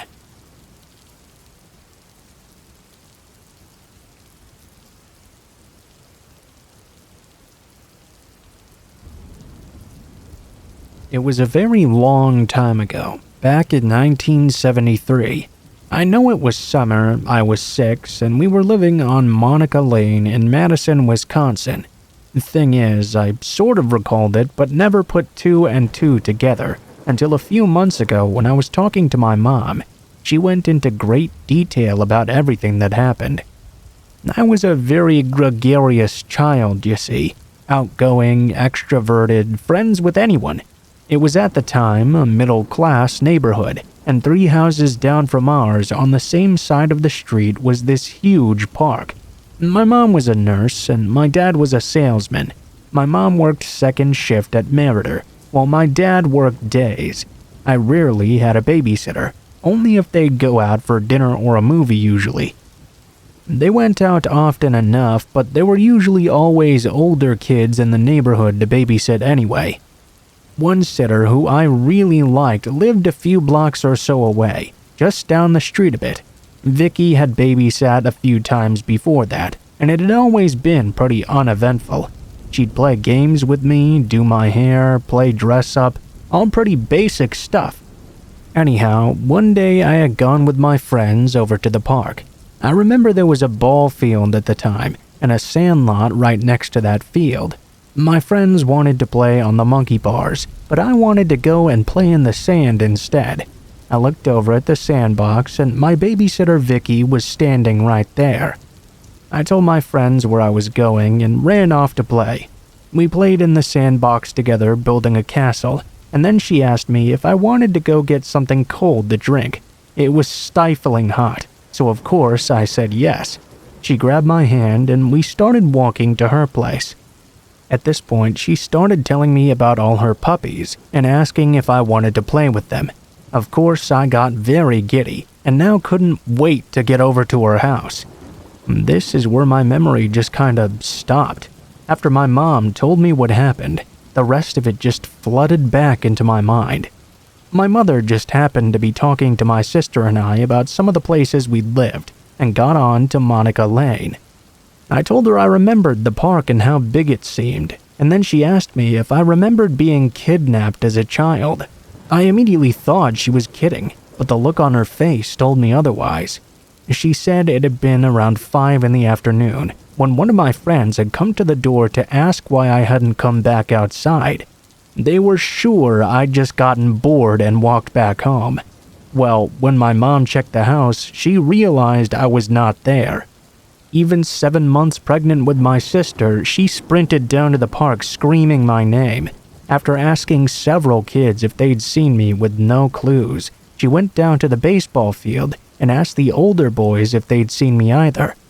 One of the boys said he'd seen a younger woman playing with a girl that fit my description in the sand and walking off in a general direction. That was all he knew. My mom ran across the street to one of the houses and asked to use their phone and call the police. By the time they got there, my dad had already come home and grabbed some of the neighbors to try and help my mom find me. So here we are, this big search party out looking for me, screaming my name and knocking on all the doors. The police had gone back to the park to ask the boys if they knew who had been with me and if they knew who she was. Between the boys and neighbors, they deduced who it was that had led me off. The police and the entourage went to her home. She lived with her parents at the time, but they didn't seem to be there. Of course, when they knocked on the door and she answered, she told them she hadn't seen me all day. She'd been home alone. The police asked to come in, and for some strange reason she said okay. They went through the house and went into the basement, where they found me. That's what my mom knew, and then I remembered. It was like a floodgate had opened, and I started crying. At 6, you sort of trust everyone, and she'd been in our home many times before. I'd never gotten a bad feeling from her, and my parents had never gotten one either. I remember, though, the instant we walked through the threshold to her house, that cold holy fuck feeling just washing over me, and immediately getting very worried. I remember starting to cry and telling her I wanted to go home, over and over. She pushed me into her kitchen and grabbed me a glass of water and a tissue.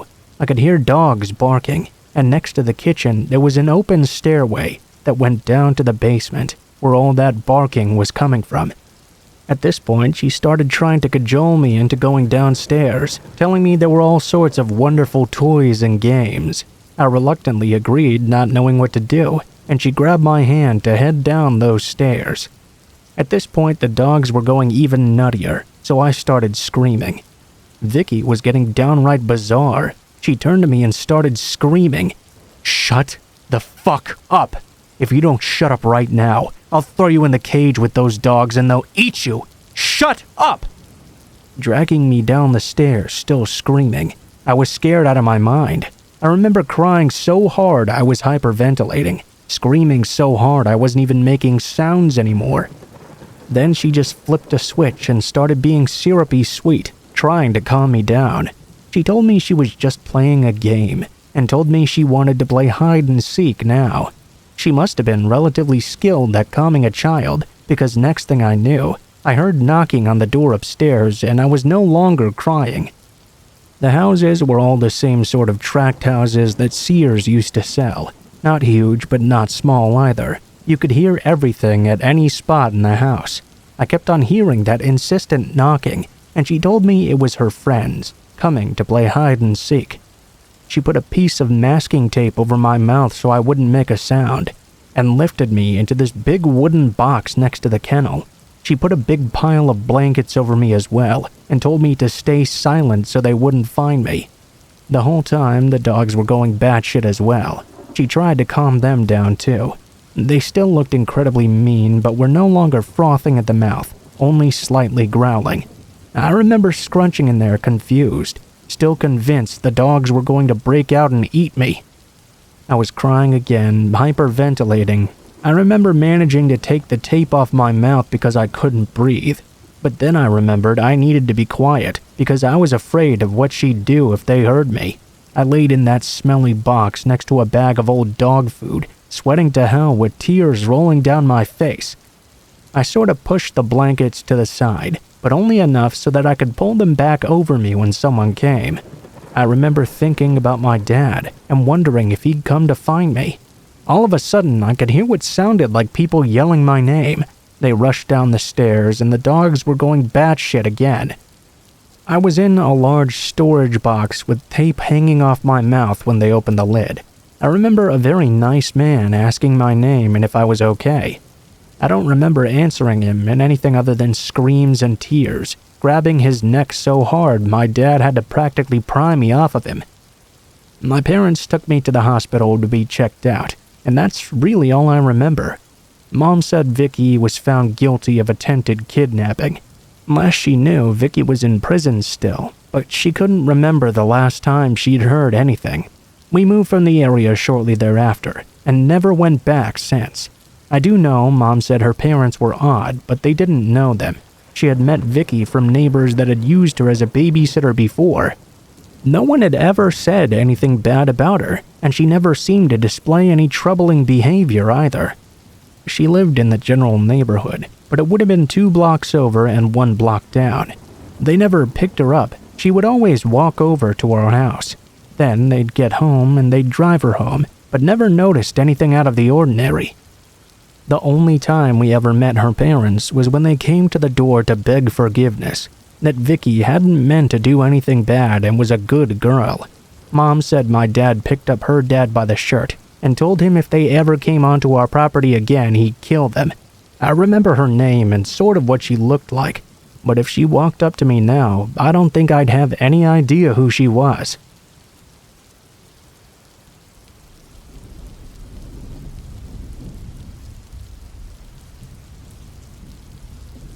This is a story that I was told by my mother when I was old enough to understand what almost happened. I was only a few weeks old when this occurred, and in those days when a mother had given birth and taken their baby home, midwives were sent from the hospital to check on the baby and mother once or twice a week max. My dad was working a lot at the time, so he wasn't home. My mother had put me to sleep and was going about her business in the house. These visits would only be every week or so, and she had just had 2 midwives come during the morning one day before. Immediately, she knew what happened next was not normal. She had a sudden knock at the door, and so went to open it. We lived in a fairly close-knit community, where there was rarely any threats to safety. Most of the people who lived nearby worked the whole day, as they were young, healthy couples. This meant it was fairly deserted at this time. My mother was greeted by a male and a female who were dressed in midwifery outfits with hospital badges and everything. They were very polite and asked if they could come inside. They explained they had been sent by the hospital to check on her and the new baby. My mom let them in, as they had all the professional clothes and badges and everything they should. They even knew the exact time my mother had given birth. They knew she had a little girl, my mother's name. Very convincing. Also, all info that's easy to access in hindsight, I guess. The man said he was going to take me upstairs and check over me, and the female would check over my mother downstairs. Well, my mother didn't feel okay about them wanting to separate us, and explained that a pair of midwives had already been that week. She told them she was going to ring the hospital to check with them. Nobody had notified her that more were going to be coming just a day or 2 after.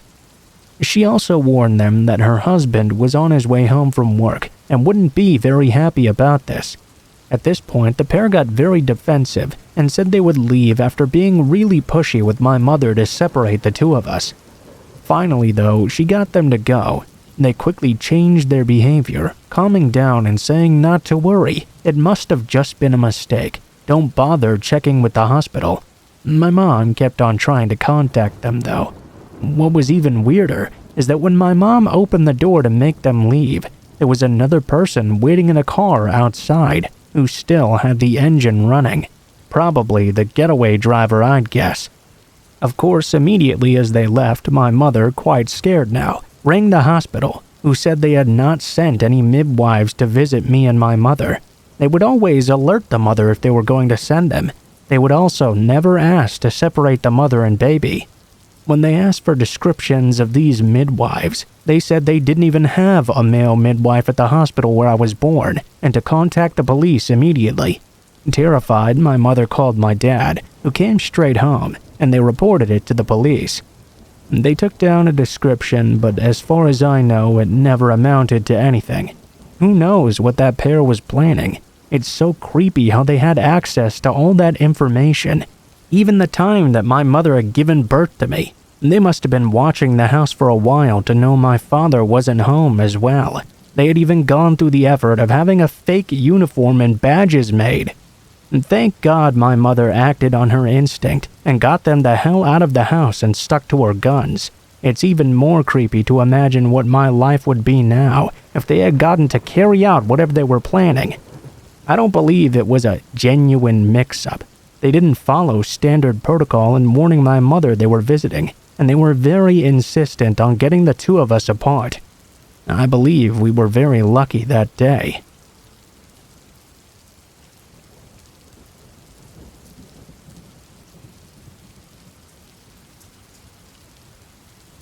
This is definitely a childhood memory of mine that I will never forget. I'm female and 22, by the way. Growing up, my aunt and uncle owned a beach condo. My favorite way to spend the summer was to stay there with my family, specifically my cousin Charlie. We were absolutely inseparable growing up. There was a 1-year difference between us. The beach we stayed at was a very popular tourist beach on the SC coast. So, in the summer, it was incredibly busy. I mean, barely any room between you and the family next to you. Now, my family would spend all day on that beach, from 10 a.m. to 7 p.m. The beach would stay crowded until about 5, when everyone would go back to their rooms to shower and go out to eat. This meant from around 5 to 7 every day. That was my favorite time to be outside. We would have all the room to run wild, build sandcastles, dig huge holes. We wouldn't have to worry about people knocking them down or being too close. Around 5:30 p.m. one day, my family decided they wanted to walk to the pier about 2 miles away. Charlie and I, though, begged to stay behind so we could build sandcastles together. We were 9 and 10 at the time, so they said we could stay as long as we didn't get in the water or leave our spot. The condo we stayed at was 1 row back, and we were not allowed to cross the street without adults. We agreed to their terms and continued to build a row of sandcastles as they walked off into the distance. Around 5 minutes later, though, this extremely tall man wearing this floppy beach hat, sunglasses, and with a dollop of sunscreen on his nose came running straight up to us. He started by commenting how beautiful our sandcastles were, asking how long it took us to build them that high. He also asked if it was just the two of us working on them. We were both extremely introverted kids. We thanked him and kept our answers short, and tried to ignore him as he stood there watching us. All of a sudden, he got real quiet and started to glance around at the mostly empty beach. Then he said he had to go meet a friend of his. He told us to stay right there so he could bring his friend back to look at how great our sandcastles were. Then he jogged away from us. When he'd gotten a safe distance, Charlie and I both looked at each other and said, "We've gotta get out of here." Side note, hell yeah at us for being smart kids. We immediately started weighing our options. We knew our family wouldn't be back for at least another 30 minutes. We also knew we weren't allowed to cross the street, and quite frankly, we were scared to. About 100 yards away, though, was a tiny ramp overlooking the ocean. I believe it was a handicap access to the beach, as well as just a place to sit down, I guess. We grabbed our big shovels and decided to hollow out underneath that thing enough to where we could crawl under and not be seen. It didn't take us very long, since the high tide over the years had taken out a good 3 feet of sand underneath. Our adrenaline was rushing mad fast, too. We took our shovels inside with us and crawled underneath. The man was still yet to be seen. I assume it took us all of 8 minutes to climb under the pier and bury it again. Our heads were partially visible above the sand horizon, and we started freaking out. thinking he would surely be able to spot us if he just looked hard enough. There were 2 boogie boards lying about 50 feet away, though. It looked like some kids had abandoned them there. We grabbed them and propped them up against the ramp, covering our crawl space and the top of our heads from sight. Charlie curled up in a ball and cried, while running scenarios by me that we were definitely going to get taken. I tried my best to calm him down and say everything was going to be okay. Our parents would be back soon enough.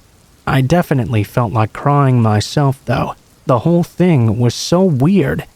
I knew that since we both had such a bad feeling about the situation, especially at such a young age, this man was definitely having sinister intentions. Charles and I tried to peek out of the tiny slits where the boogie boards curved, and eventually saw the man walking back. He didn't have anyone with him, which we definitely thought he would since he said he was going to bring friends. As we observed, we noticed the man had seen we were gone. He turned around several times, checking to see if we were in the ocean or by the dunes. Once he realized and didn't seem to notice us that we were gone, he got extremely angry. He started huffing, puffing, stomping around. He looked over to our sandcastles and kicked them all down. We'd built a ton over the course of the day and basically had a gigantic wall of them. He made sure to kick every single one down before storming away. We stayed under that ramp thing for 45 more minutes until our family got back. We were way too scared to come out, especially after seeing the man's irrational reaction. We cried and told our family what had happened, and of course, they didn't believe us. We still talk about it sometimes at family gatherings or holidays. Both of us still remember it like it was yesterday.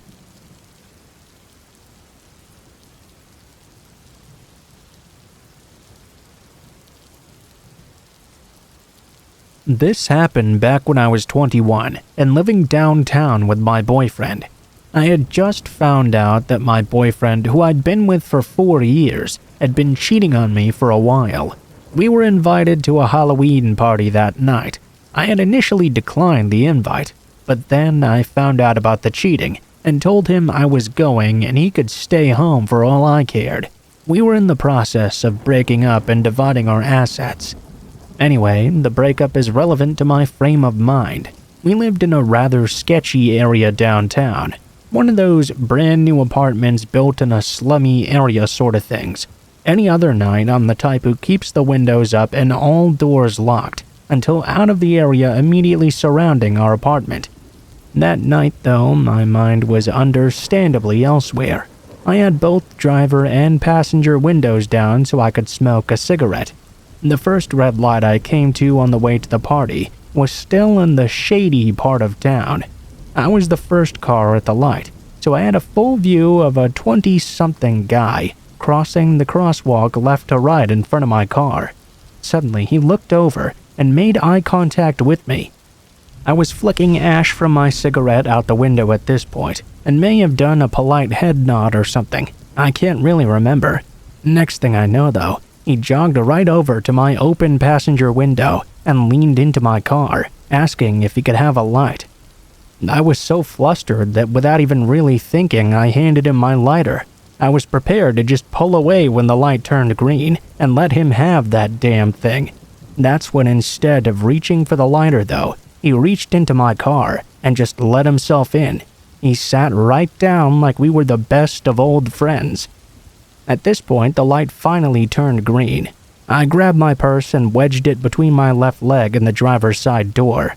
Apparently, I was more concerned with being robbed than the darker alternative. The man thanked me for giving him a ride like it was the most natural thing. I slowly pulled away from the stoplight since cars were behind me and asked why he'd gotten into my car.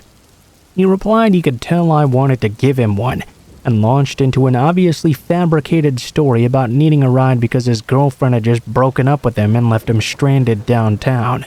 I told him I'd take him to the nearest gas station, as I needed to get gas. I didn't, of course. This was just the closest location where I could stop and was sure to have people. The gas station was only about 6 blocks away, but it was the longest 6 blocks of my life. He told me I was pretty, and asked me if I could give him money so he could get a cab home. Like an idiot, I offered him the $4 in quarters I keep in my car for the parking meters. At this point, I think I was just ready to make him stop talking and leave me alone. Instead, though, he started throwing the quarters one by one down the cleavage of my shirt and started laughing at me. Finally, I saw the gas station. I pulled in and told him we both needed to get out so I could pump. He hesitated, but finally did get out. I never locked my car doors so fast in my life. I walked inside, telling him I needed to prepay. Instead, I found the first group of people I could and explained the situation.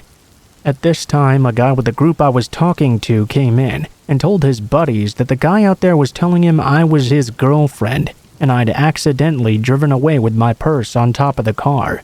The college kids ended up going outside and making him leave, then stuck around until I was back in my car and on my way.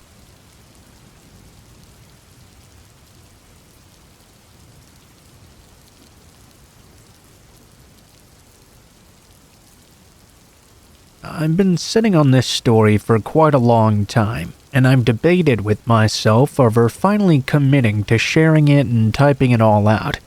It's one of those things that happens to you, and you just kind of sit there thinking, this can't be real. This kind of thing doesn't happen to people like me. It's almost like a surreal dream. You know, if you never talk to anyone about it, then you never have to admit that it truly did happen to you. But this did happen, and it was one of the scariest experiences of my life. Anyway, that's enough rambling. I'll start off with some backstory to explain the situation I was in at the time, and the new mindset I was trying to develop. I'd always been a fairly heavy-set person, even since I was a small child. Cut to me at 25 years old, all of 5'7" and quite heavy-set at 250 pounds. Needless to say, not the healthiest person in the entire universe. One night in December of 2019, I had a pretty severe health scare that sent me to the emergency room. When I returned home that night, I made a vow to myself I would grow more healthy, confident, and start making big changes to my life to become the person I always wanted to be. No more self-deprecating, no fatty meals of fast food with no exercise after. And to the surprise of myself and basically everybody else in my life, I suppose, I actually managed to commit. I changed my diet completely to a mixture of vegetables, fruits, whole grains, with a fairly sturdy meal at the end of the day. I also made sure to start walking 3 miles every day around my suburban neighborhood to get some much-needed exercise. The area I live in, though, can easily reach 100+ degrees during the daytime. So after a bit of exploring what might be the best time to get my exercise in, tried both morning and extremely late nights, I decided the perfect time to go would be around 9:30 at night. You know, cool but not too cool, and there wouldn't be many people around either. I could get a lot of thinking and daydreaming out of the way at the same time. In hindsight, this was probably an extremely stupid move, but in addition to leaving at the same time every single night, I would also take the same route every time as well. I would walk through the suburbs, cross the busy intersection, and head off into the more rural areas until I reached a midway point that I'd measured out to be exactly 1.5 miles. Then I'd turn around and walk right back.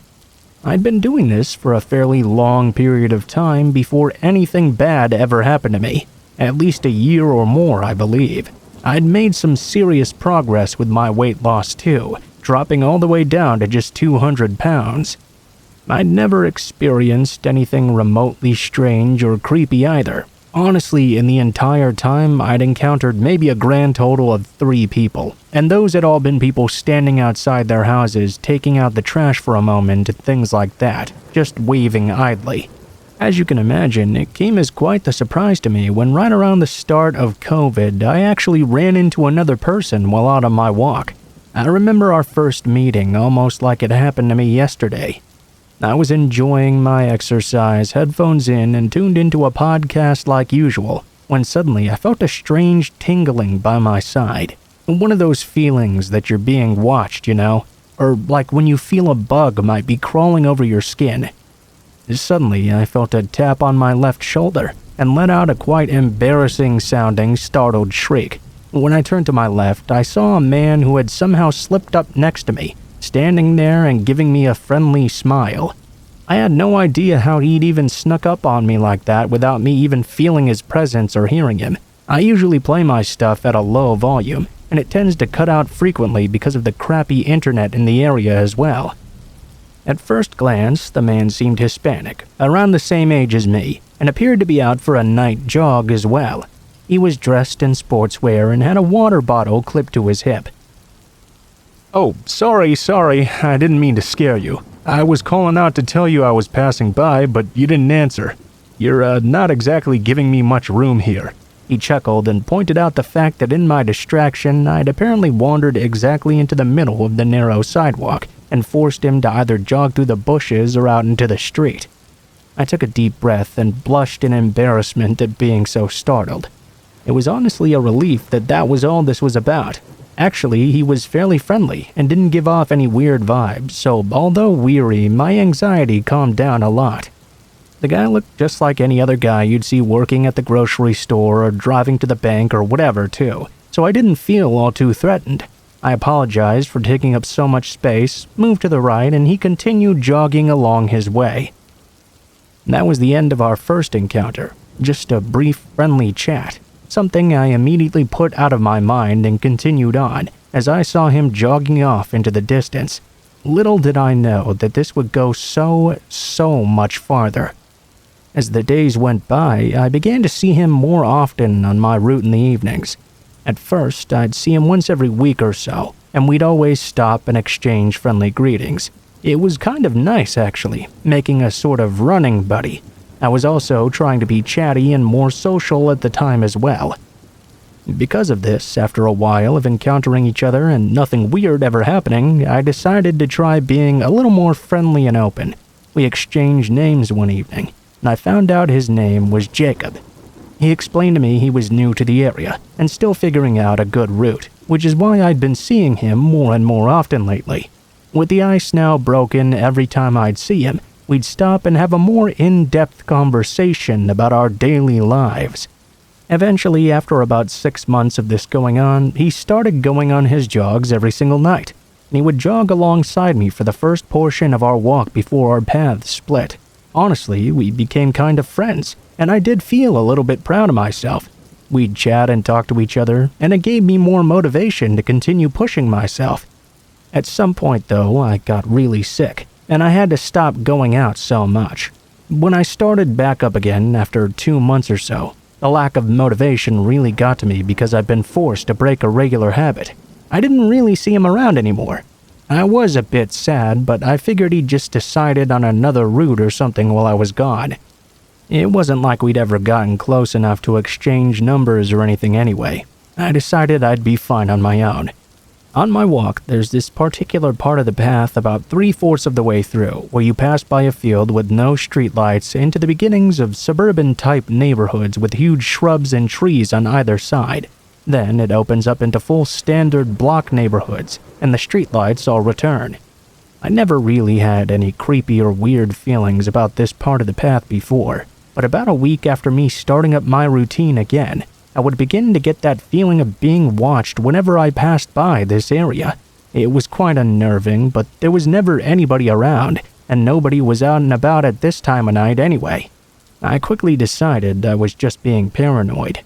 At one point, though, I decided to go at a different time than usual. I had just reached that area with the large shrubs and trees when I got that intense feeling of being watched once again, this time stronger than ever.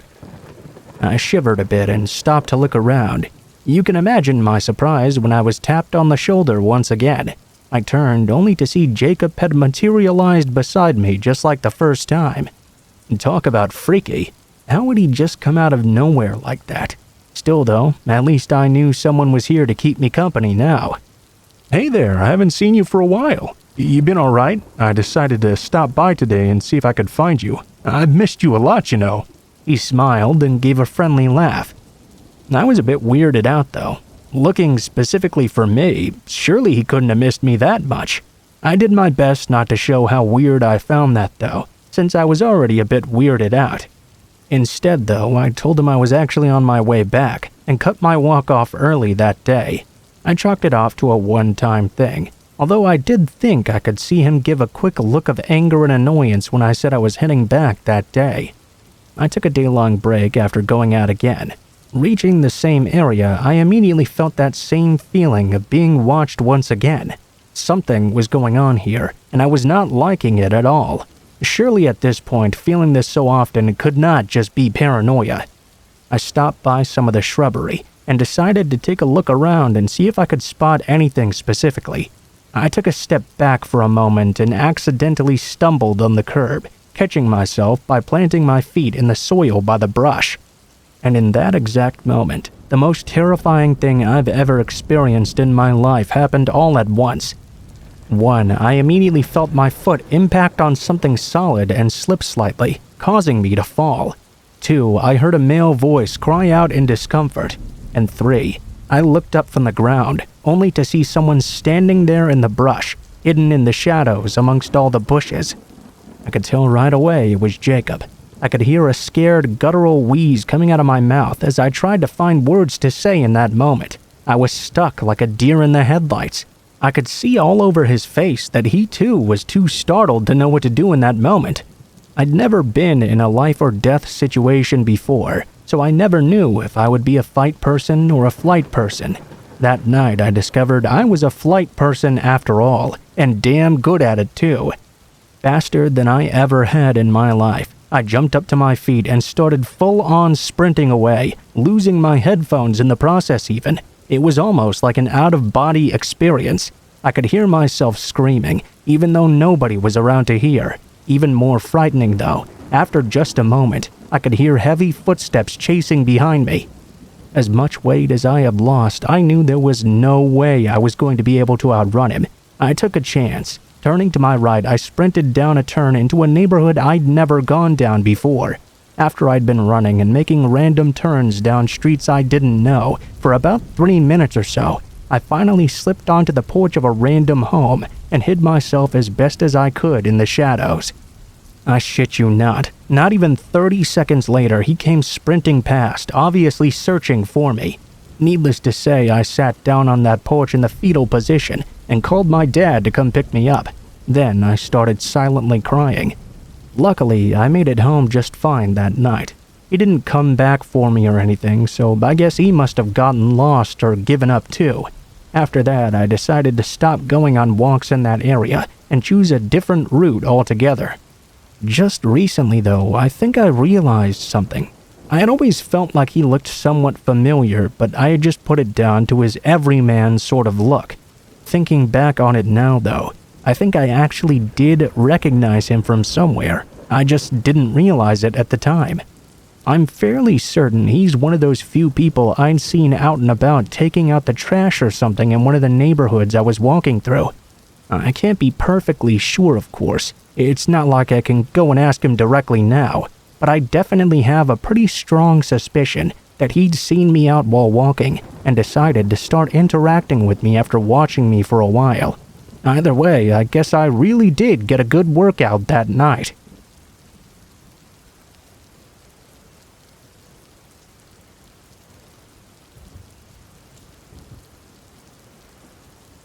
This happened about 3 weeks ago. I'm generally a slightly paranoid person as it stands already, and I've listened to many of these types of stories. I'm a small woman in her early 20s who lives alone in a smallish condo/apartment with her cat. It's on the 2nd floor of the building, where I moved in a few months ago. There are 2 doors one must enter to get inside my apartment. First is outside leading into the building, and second is obviously my apartment door itself. Tenants have keys for the first outside door, which only has 1 lock, whereas the actual apartment doors have both locks and deadbolts. Otherwise, a visitor has to be buzzed in to be allowed inside. For some clarity, there are 8 apartments per building in my complex, with an outside door on either side of the building. Mine is closer to the back, and is situated directly above a currently empty space. My downstairs neighbor to the left is around my age, and the only neighbor I'm actually close with. She's often away though, staying with her boyfriend. This means that while I technically live near others, my home is very isolated. There is an outdoor light situated next to the door, but I'd noticed when returning home that the bulb had either broken or burned out, and hadn't thought to contact maintenance to fix it. It was already pretty late at night, and I was tired anyway. There hadn't appeared to be many others home in my building, as the parking lot on my side wasn't particularly full. I was taking care of a few chores around the house at around 10 p.m. It was Friday night, so I was running the dishwasher and folding up laundry. I'd had a pretty long week at school, and arrived home probably an hour to an hour and a half before. My cat was kind of keeping me company as I puttered along. It was hard to hear much outside when the dishwasher was going, and I was already distracted. But I did notice a sort of soft rustling sound coming from outside. It didn't sound too strange, aside from being fairly repetitive. I didn't really know what it was at this point, but being constantly anxious, I was too frightened of the dark to look outside the window to that side of the building. This might very well have been totally unrelated, but I still think it bears mentioning. Fast forward a bit. I was standing at my kitchen counter working on a report on my laptop. Over the sound of the dishwasher, though, I heard a soft knock on my door. I was unsure at first if I'd even actually heard anything. I went still and waited for a moment. There it was again, quiet but a little longer and faster. This made me pretty uneasy. It was late at night. My first thought was that it might be one of my neighbors. I approached the door silently and looked out the peephole. As I mentioned, the only neighbor I know well is the young woman who lives downstairs, but I am familiar with what all the others look like. The man standing outside was completely unfamiliar to me. Tall, wearing either a dark blue or black jacket, Caucasian, and with very dark hair. I had no idea who this guy was. What was very unusual was just how close he was standing to the door, even distorted through the peephole. He was so close I would guess him to be standing right up against it, leaning his face in and staring through the peephole. There was an odd sort of energy in his stance, if that makes any sense. I felt extremely unnerved. I was glad I'd made very little noise when walking over. I backed up about 3 feet from the door and waited. I'm not totally sure how much time passed, but he stood there a couple of minutes, even longer than that, before I heard him go downstairs and through the outside door. Now, I've had a neighbor from downstairs knock on my door in the evening before to ask if I was experiencing a power outage like him. He'd brought his wife with him, probably to reassure me, and had stood a reasonable distance from the door after knocking firmly. That's exactly what this strange guy didn't do. I know I'm paranoid though, so I try to convince myself I was making a big deal of nothing. I told myself this was probably just a similar situation. I was far too immediately uncomfortable though to consider answering the door. I decided to listen to my gut instead. I texted both my mom and my male friend about the situation. My friend offered to come keep me company, but by that time I had talked myself out of my nervousness and assured him I was fine. I went to sleep about an hour later and woke up having almost completely forgotten about it. Shit got weird the next day though. Only in the context of what I saw next morning did that knock begin to seem frightening. I had agreed to accompany my mom and her boyfriend to a yard sale that morning in some nearby neighborhoods. They were picking me up early, around 7:30. My mom gave me a call from her car when they arrived on my side of the building to let me know to come down. I grabbed my bag, went out my door and downstairs, but as soon as I opened the outside door, something was very clearly wrong. The handle turned very loosely in my hand, and the door popped open very easily. Upon shutting it again behind me, the handle itself completely fell out of the hole. Looking back, I wish I'd taken a picture of it, because it's a little bit hard to describe.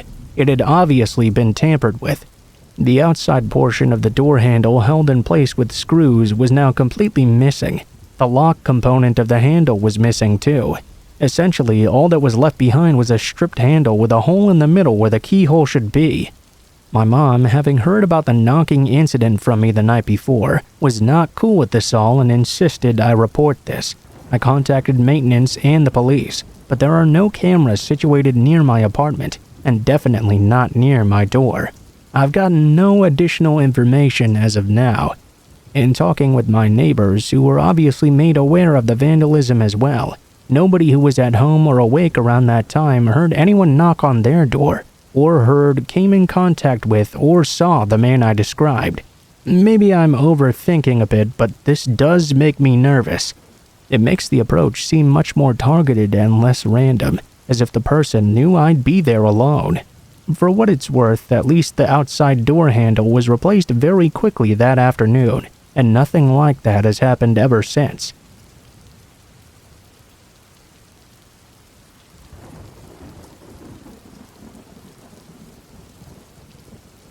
This happened 17 years ago, so please forgive me if the exact details are a little bit fuzzy. It was the summer of 1999, and I was spending the vacation with my mother in New Mexico. I was a 12-year-old girl going on 21 that had a very severe attitude. I made friends easily with a few girls that lived just around the corner from my mom's house. We spent almost every moment of the summer together as a group of 4, all of us thinking we were older and smarter than everyone else.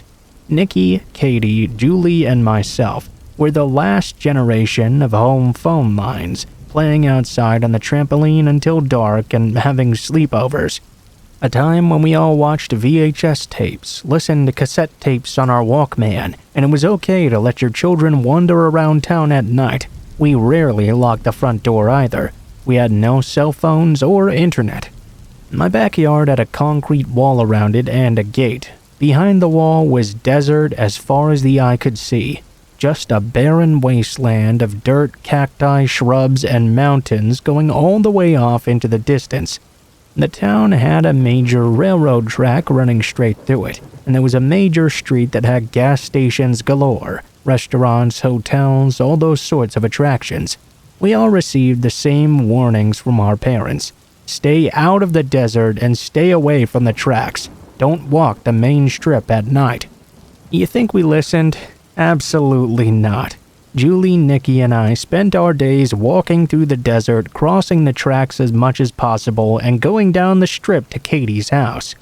Sometimes we would just walk around till dusk. Some days we would go to my house to jump on the trampoline. This particular day, we got to Katie's house prepared to stay for the weekend because her parents were out of town. We were going to have a party. The first night, the girls were all jumping from a spiral staircase onto a giant beanbag. I refused to participate due to my fear of extreme heights. We then got down to sleepover business, so to say, and decided to watch the original Exorcist. Fucking scary shit, man. I didn't sleep at all. The second night, we all told our parents Katie's mom was going to drive us to the movies. Obviously, we did not tell them we were actually there alone. We all got money for the movies and then promptly walked down the strip to get junk food at the little store. I wish I could say we were aware of our surroundings, but we really weren't. We were absolutely oblivious of the man who had followed us all the way back to the house. I feel I should mention that Katie's parents were loaded. They had a huge property with numerous buildings and broken down cars her dad was remodeling. Their house also had a large open kitchen, a dining room, and a living room. There were no walls, and the whole room was lined with windows. There were 2 doors, front and back. The day so far was going just as planned. We got our junk food and made it home safely. We made pizza in the oven, and for some reason, one of the girls turned on the TV to the news. As we were eating, we heard a story about staying indoors because of a report of a suspicious man walking the strip. Suspicious man, right. We laughed and joked about this suspicious man. Fast forward a few hours, though. I don't remember exactly what happened, but as girls tend to do, we said something that hurt Julie's feelings, and she stormed out of the house in anger. I went after her and opened the front door, just in time to see her light up a cigarette. We were kinda bad kids. I sat down with her on a bench while I listened to her bitch about the other 2. Suddenly, though, the air got thick with anxiety, and Julie felt it too. I quietly asked her if she felt like she was being watched. She responded with a tiny nod. and then we were blinded. Someone was in a car in the driveway and had just shined their brights onto us. My heart was racing as I stood up and pulled Julie out of the spot she seemed to be stuck in.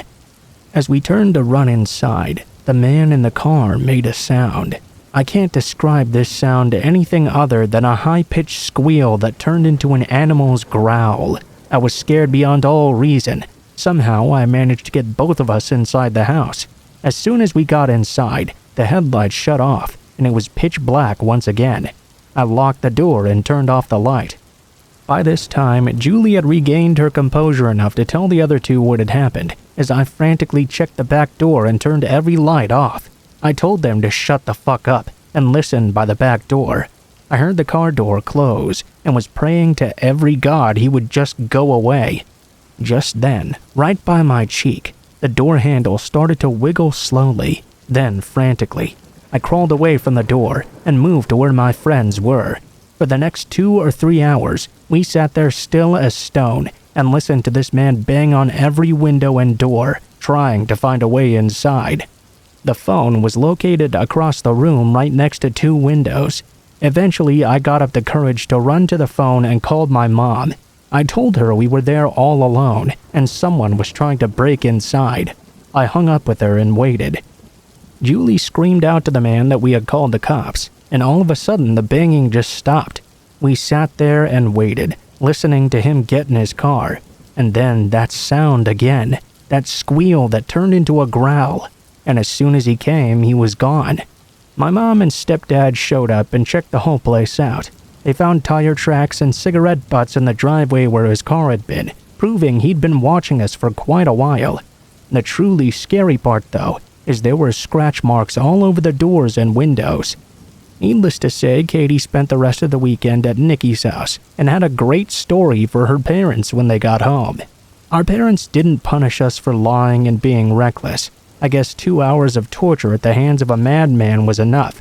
We did make a report to the police, but the man was never caught in the end.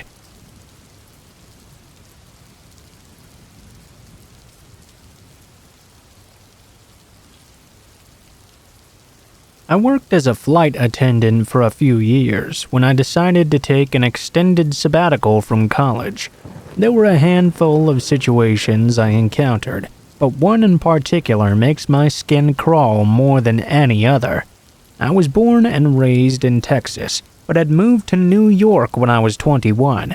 So, when I found out at the beginning of a week-long trip that I'd have a couple of overnights in Austin, I was super excited to go to my home state for a few weeks. My brother lived just north of the city, and we planned to hang out and go to dinner the night I arrived when he got off work. The following day, we were going to meet up with our dad who lived about an hour away. So I get to the hotel downtown. The crew and I all check in, and we each head off to our own rooms. After a short elevator ride, I arrive at mine, when not even 5 minutes later, there's a loud, hard knock on the door. It was around 1 or 2 p.m. I hadn't called either my dad or my brother to let them know I was in town yet, so they wouldn't know what room it was. I assumed it was maybe one of my crewmates, so I headed over to the door. Before even making it there, however, a loud male voice on the other side boomed. The front desk sent me about the bathroom problem you called in. Before trying to open the door. Unlock the door and open up, miss. I need in now. I froze in my tracks. I hadn't even been in the bathroom yet, let alone called in anything to the front desk. I'm a fairly petite chick, and while I take no shit from anyone despite my size, it's of course wise to err on the side of caution. Slowly inching toward the door to look out the peephole, all I could tell was the man on the other side must be giant and easily over double my weight. No way in hell was I going to unlock that door. I responded to the man, telling him he must have the wrong room. He continued to pound on the door though, while constantly turning the handle. He told me no, he needed in right now, and he was getting in one way or another. I was panicking, but thankfully I still had enough sense to grab the phone and call the front desk. The concierge confirmed that they had neither sent anyone up to my room, nor had they received a call about the bathroom. The entire time, this guy was so determined to get into my room, pounding at the door and yelling. Luckily, the front desk had dispatched security already to my floor. When the officers stepped off the elevator a few moments later, I could hear them in the hallway approaching and asking the man who he was, what he was doing, and telling him he needed to leave right now. He immediately got hostile and aggressive toward them. The front desk clerk I was still on the phone with told me the police had been called and were now on their way. All the while, I'm trapped here in my room, scared shitless. Long story short, the cops showed up pretty quickly and managed to arrest the guy for trespassing. A criminal menacing as well, or some shit, I believe. I later found out the guy was wanted in connection to a string of break-ins and violent sexual assaults in Austin. He had seen and stalked me from the minute I entered the hotel lobby. Apparently, I was exactly his type of victim. Nothing else happened after that, but it still rattled the fuck out of me for the rest of my stay in that hotel.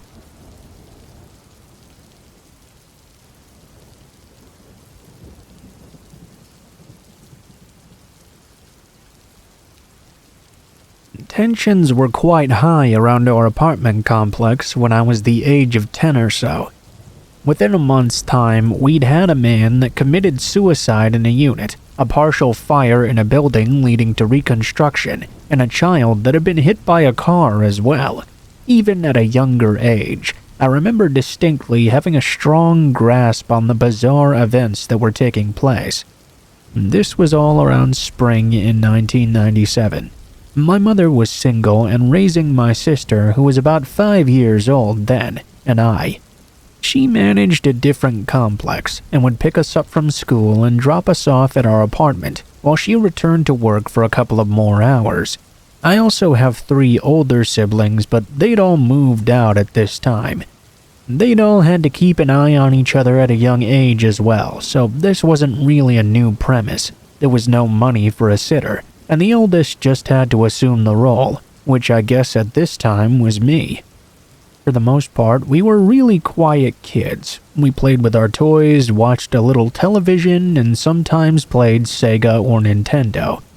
This particular afternoon, I recall playing with a Dash Rendar figurine from Star Wars, while my sister was doing whatever in the same living room. Suddenly, the doorknob started to violently shake. My heart dropped immediately. I remember it being the first time I had really felt so scared. I rushed to the phone and paged my mom 911, then dialed 911 to let the operator know someone was trying to break in. The operator reassured me that help was on the way. The door handle was still being messed with all the while. I was nervous as to whether the deadbolt and chain would be enough to stop this person. A bunch of loud bangs happened, as if someone were trying to ram the door in with their shoulder. Then it all just stopped.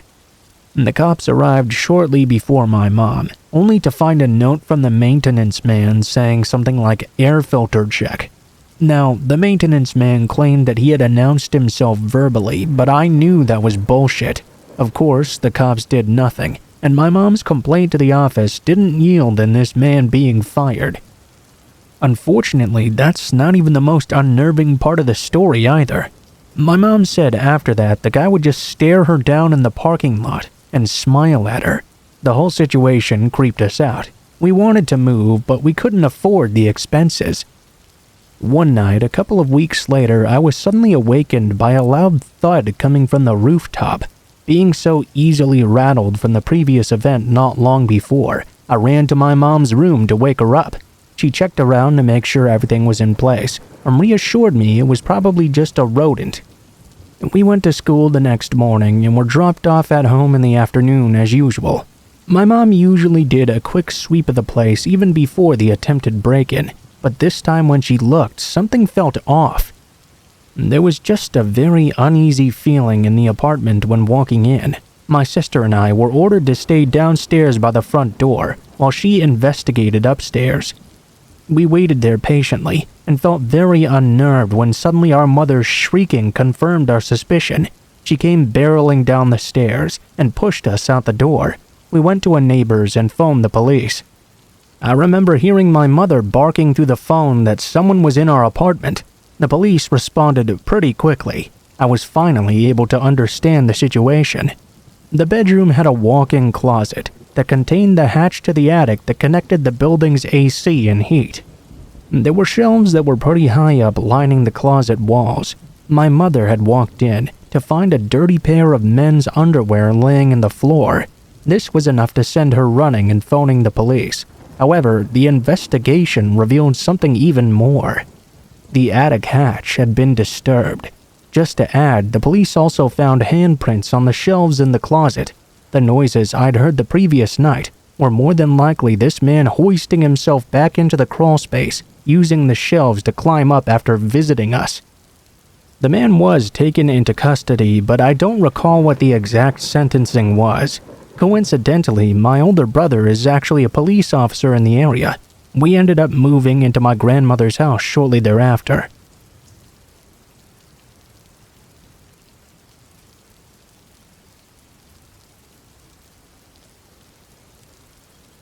Growing up, I lived in a decent-sized middle-class apartment complex. This took place around 1988 to 1990. I was around 4 or 5 when it happened.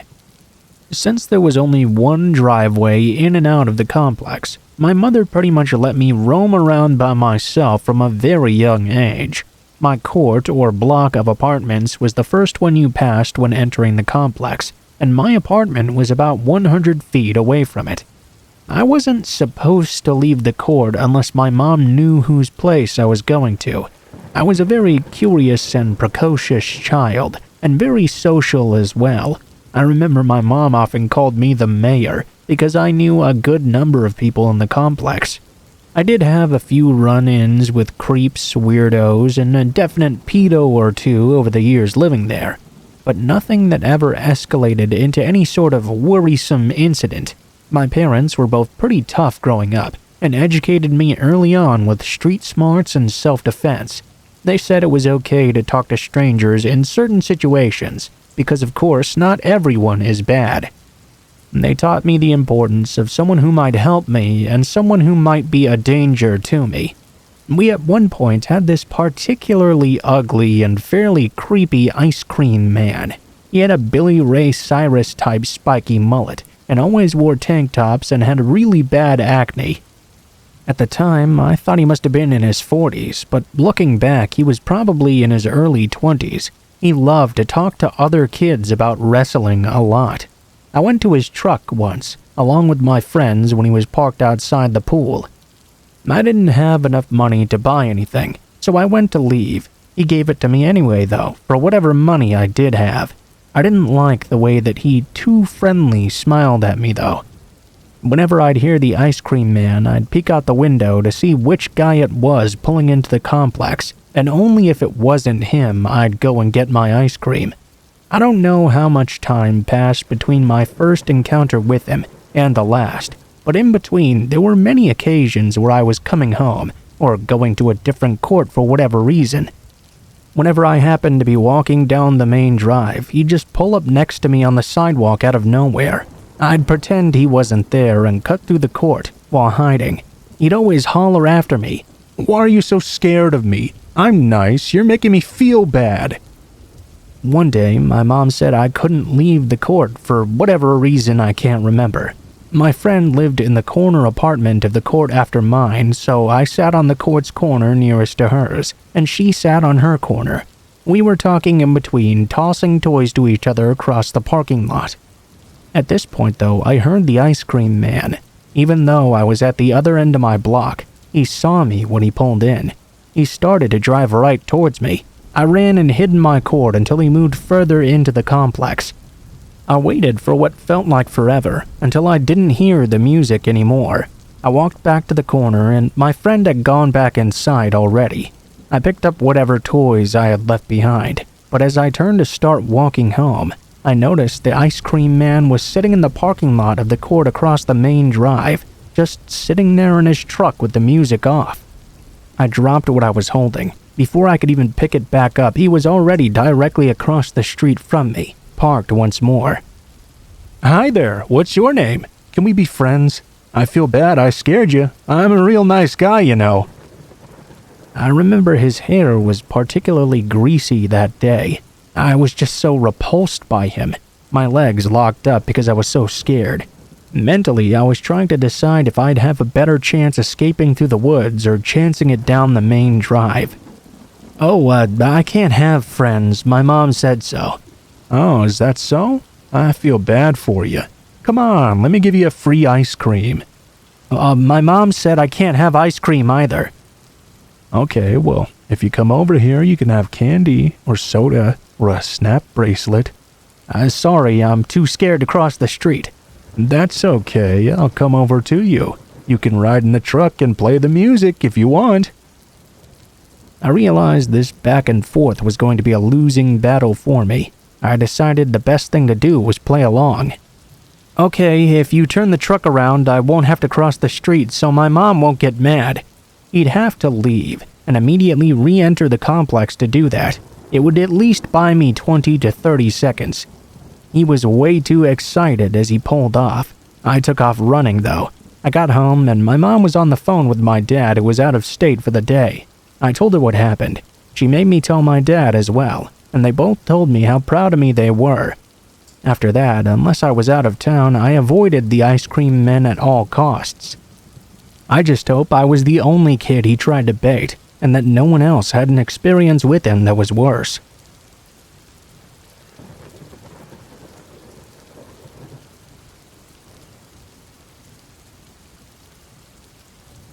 Throughout my life, I've experienced many unusual and often unpleasant situations.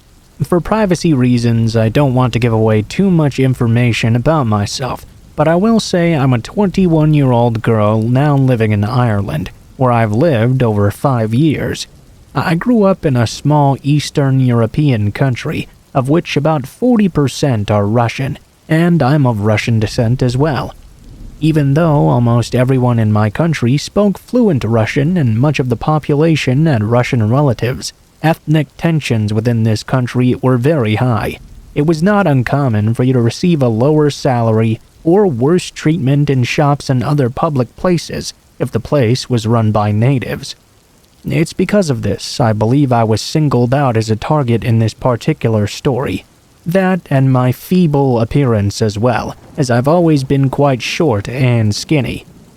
My neighborhood, like any other in the area, consisted of many blocks of Soviet apartments, remnants of the USSR, rotting away but nevertheless housing hundreds of people. It was a good enough neighborhood, all things considered, and I would not have called my family particularly poor. The building we lived in, though, was rather bleak. The hallway was always dark and stank of piss or other bodily excretions. The building was quite tall and had this old creaky elevator, which smelled no better than the hallway itself, and often scared you into thinking it was about to break. This, however, was still more favorable than climbing the even darker sets of stairs, which often had people sleeping in them or groups of teenagers gathering to do drugs. The layout of the place is unimportant, but I believe the description of the shadiness will set the scene. After a year or two of living in this building with little occurrences aside from stumbling upon the occasional stoner with a knife trying to rob me for drug money, or a drunk passed out in front of my apartment, I started to notice these two native kids hanging around the neighborhood, a girl and a boy. At first, they never really spoke to me, and I paid little mind to them either.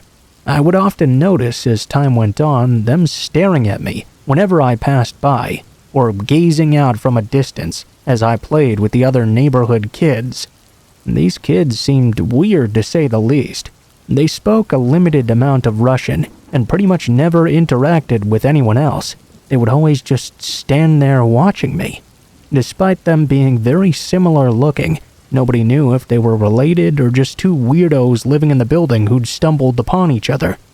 I remember always just assuming they must be brother and sister. After a while of this not-so-casual staring, they began to harass me on my walk home. They'd tease me, push me, just generally attempt to get on my nerves with what little Russian insults they knew. I had a pretty thick skin, so this didn't really bother me too much, though. I would either completely ignore them or fight back with what I thought were rather witty comebacks. These kids were absolutely relentless, though. Over time, I began to wonder why they decided to randomly pick on me so much. I had never said a single word to them before. I'd never played with them in any significant amount. I really didn't know them at all. I decided to settle for the "they must just be a bit weird" explanation. Nevertheless, this was all just teasing, right? Kids just being kids. One day on my walk home, though, the strange duo were on my heels as usual. The boy making some crude comments about my nationality and how I should go home back to Russia. Lots of other unrelated insults as well, while the girl also mocked me. I did my best to ignore their behavior, not feeling in the mood to dignify them with a clever comeback this time.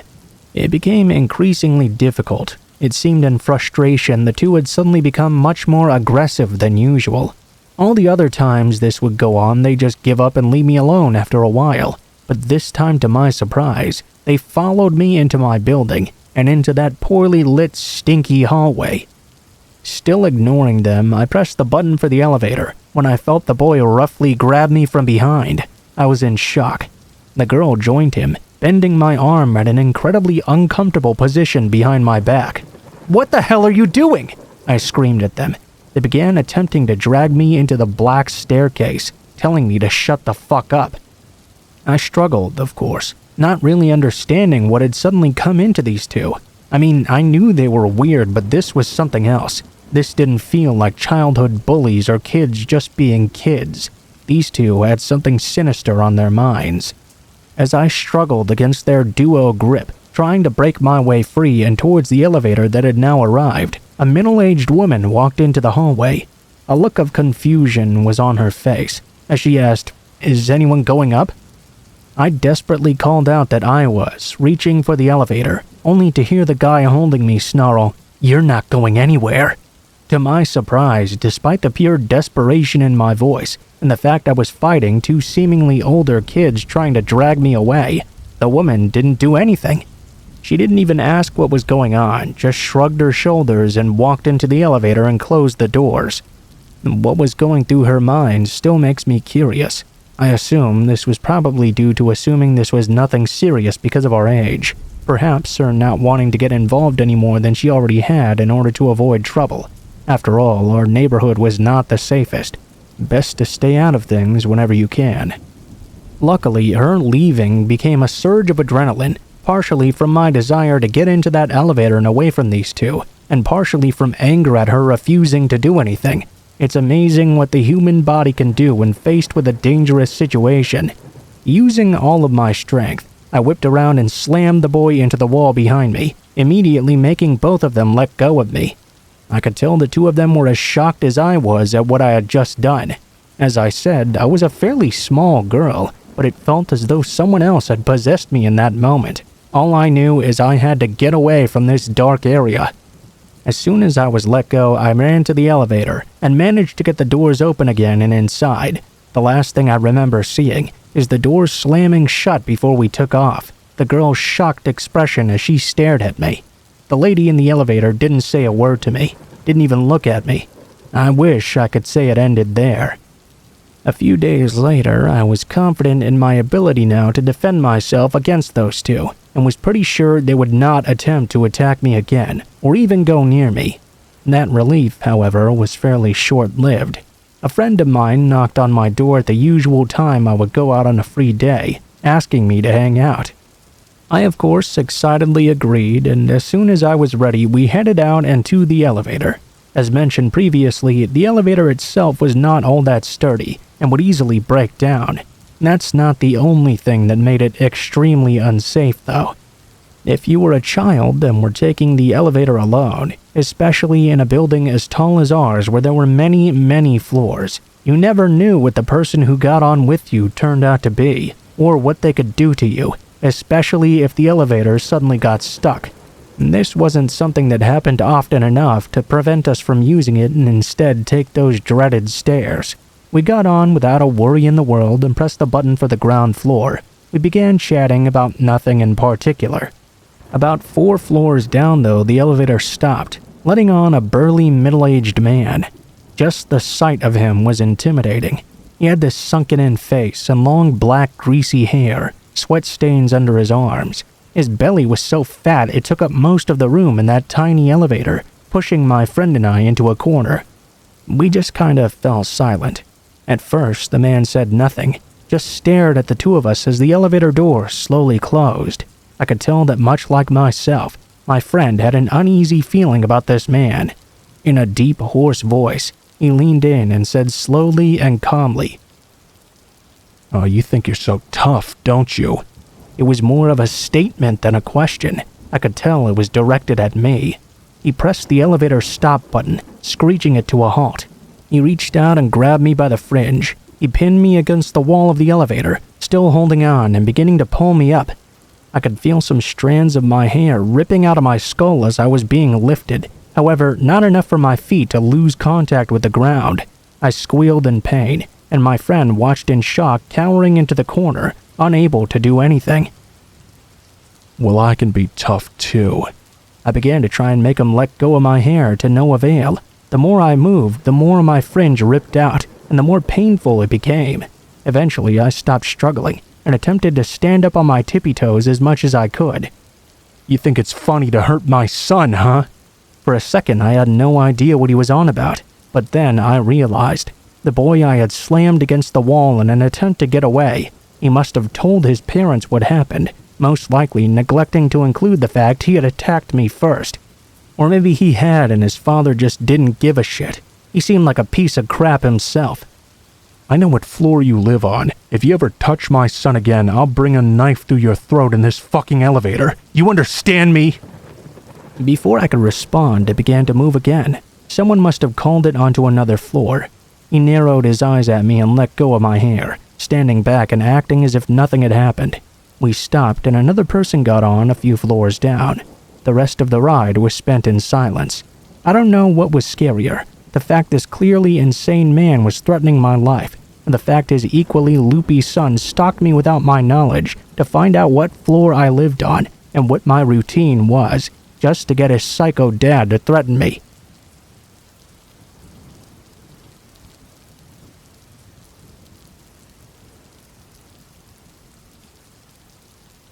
I work at a retail store and I detest my job with all my heart.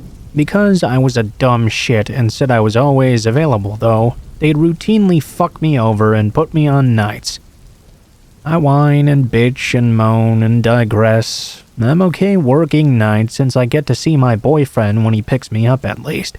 Boyfriend usually gets off at 10:30, but he doesn't leave until 11. Most nights I'd have to wait for him to arrive. On top of that, he had to make a 10-minute drive as well, so I'd have to wait around an hour and 40 to 45 minutes. That didn't really bother me that much though. He'd call to tell me he was coming and make sure I was still alive at least. Earlier in the week, an Uber driver had kept on asking me if I was someone named Lenore. I told him no, and he did it again, but this time kept asking if I was sure. How the fuck am I not gonna be sure of my name?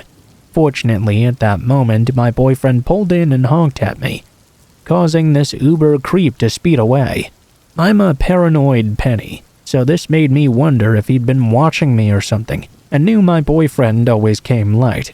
Then I tweaked out, since I'd kept on getting these weird phone calls from a telemarketing agency or something. Whenever I'd answer though, no one was there, and they'd hang up immediately. Was this connected? Was the government watching me? Did I only have 7 days left to live? Well, fast forward 3 days later, and I'm just standing there listening to some music, waiting for him to pick me up and call me. He finally did and started cracking a joke about how he was glad the creepy Uber driver didn't answer. As we started chatting the shit with each other and joking around, suddenly this Indian woman walked up to me. I didn't hear what she was saying at first, since I had noise-canceling headphones. I could tell she was getting closer and closer though, and kept on calling out to me. Finally, her hey reached my ears. I looked over to her, smiled, and went back to talking to my boyfriend. She did it again though, so I excused myself. Yes, may I help you?" "Do you need a ride?" she asked. She looked nice enough, but something was off about her. Her car was parked at the stop sign, and I could see there was someone else in it. No, my friend is coming to pick me up right now, actually. Thank you. I noticed there was a man in the driver's seat, and she wasn't wearing a uniform from either of the stores near us. She started to ask me again.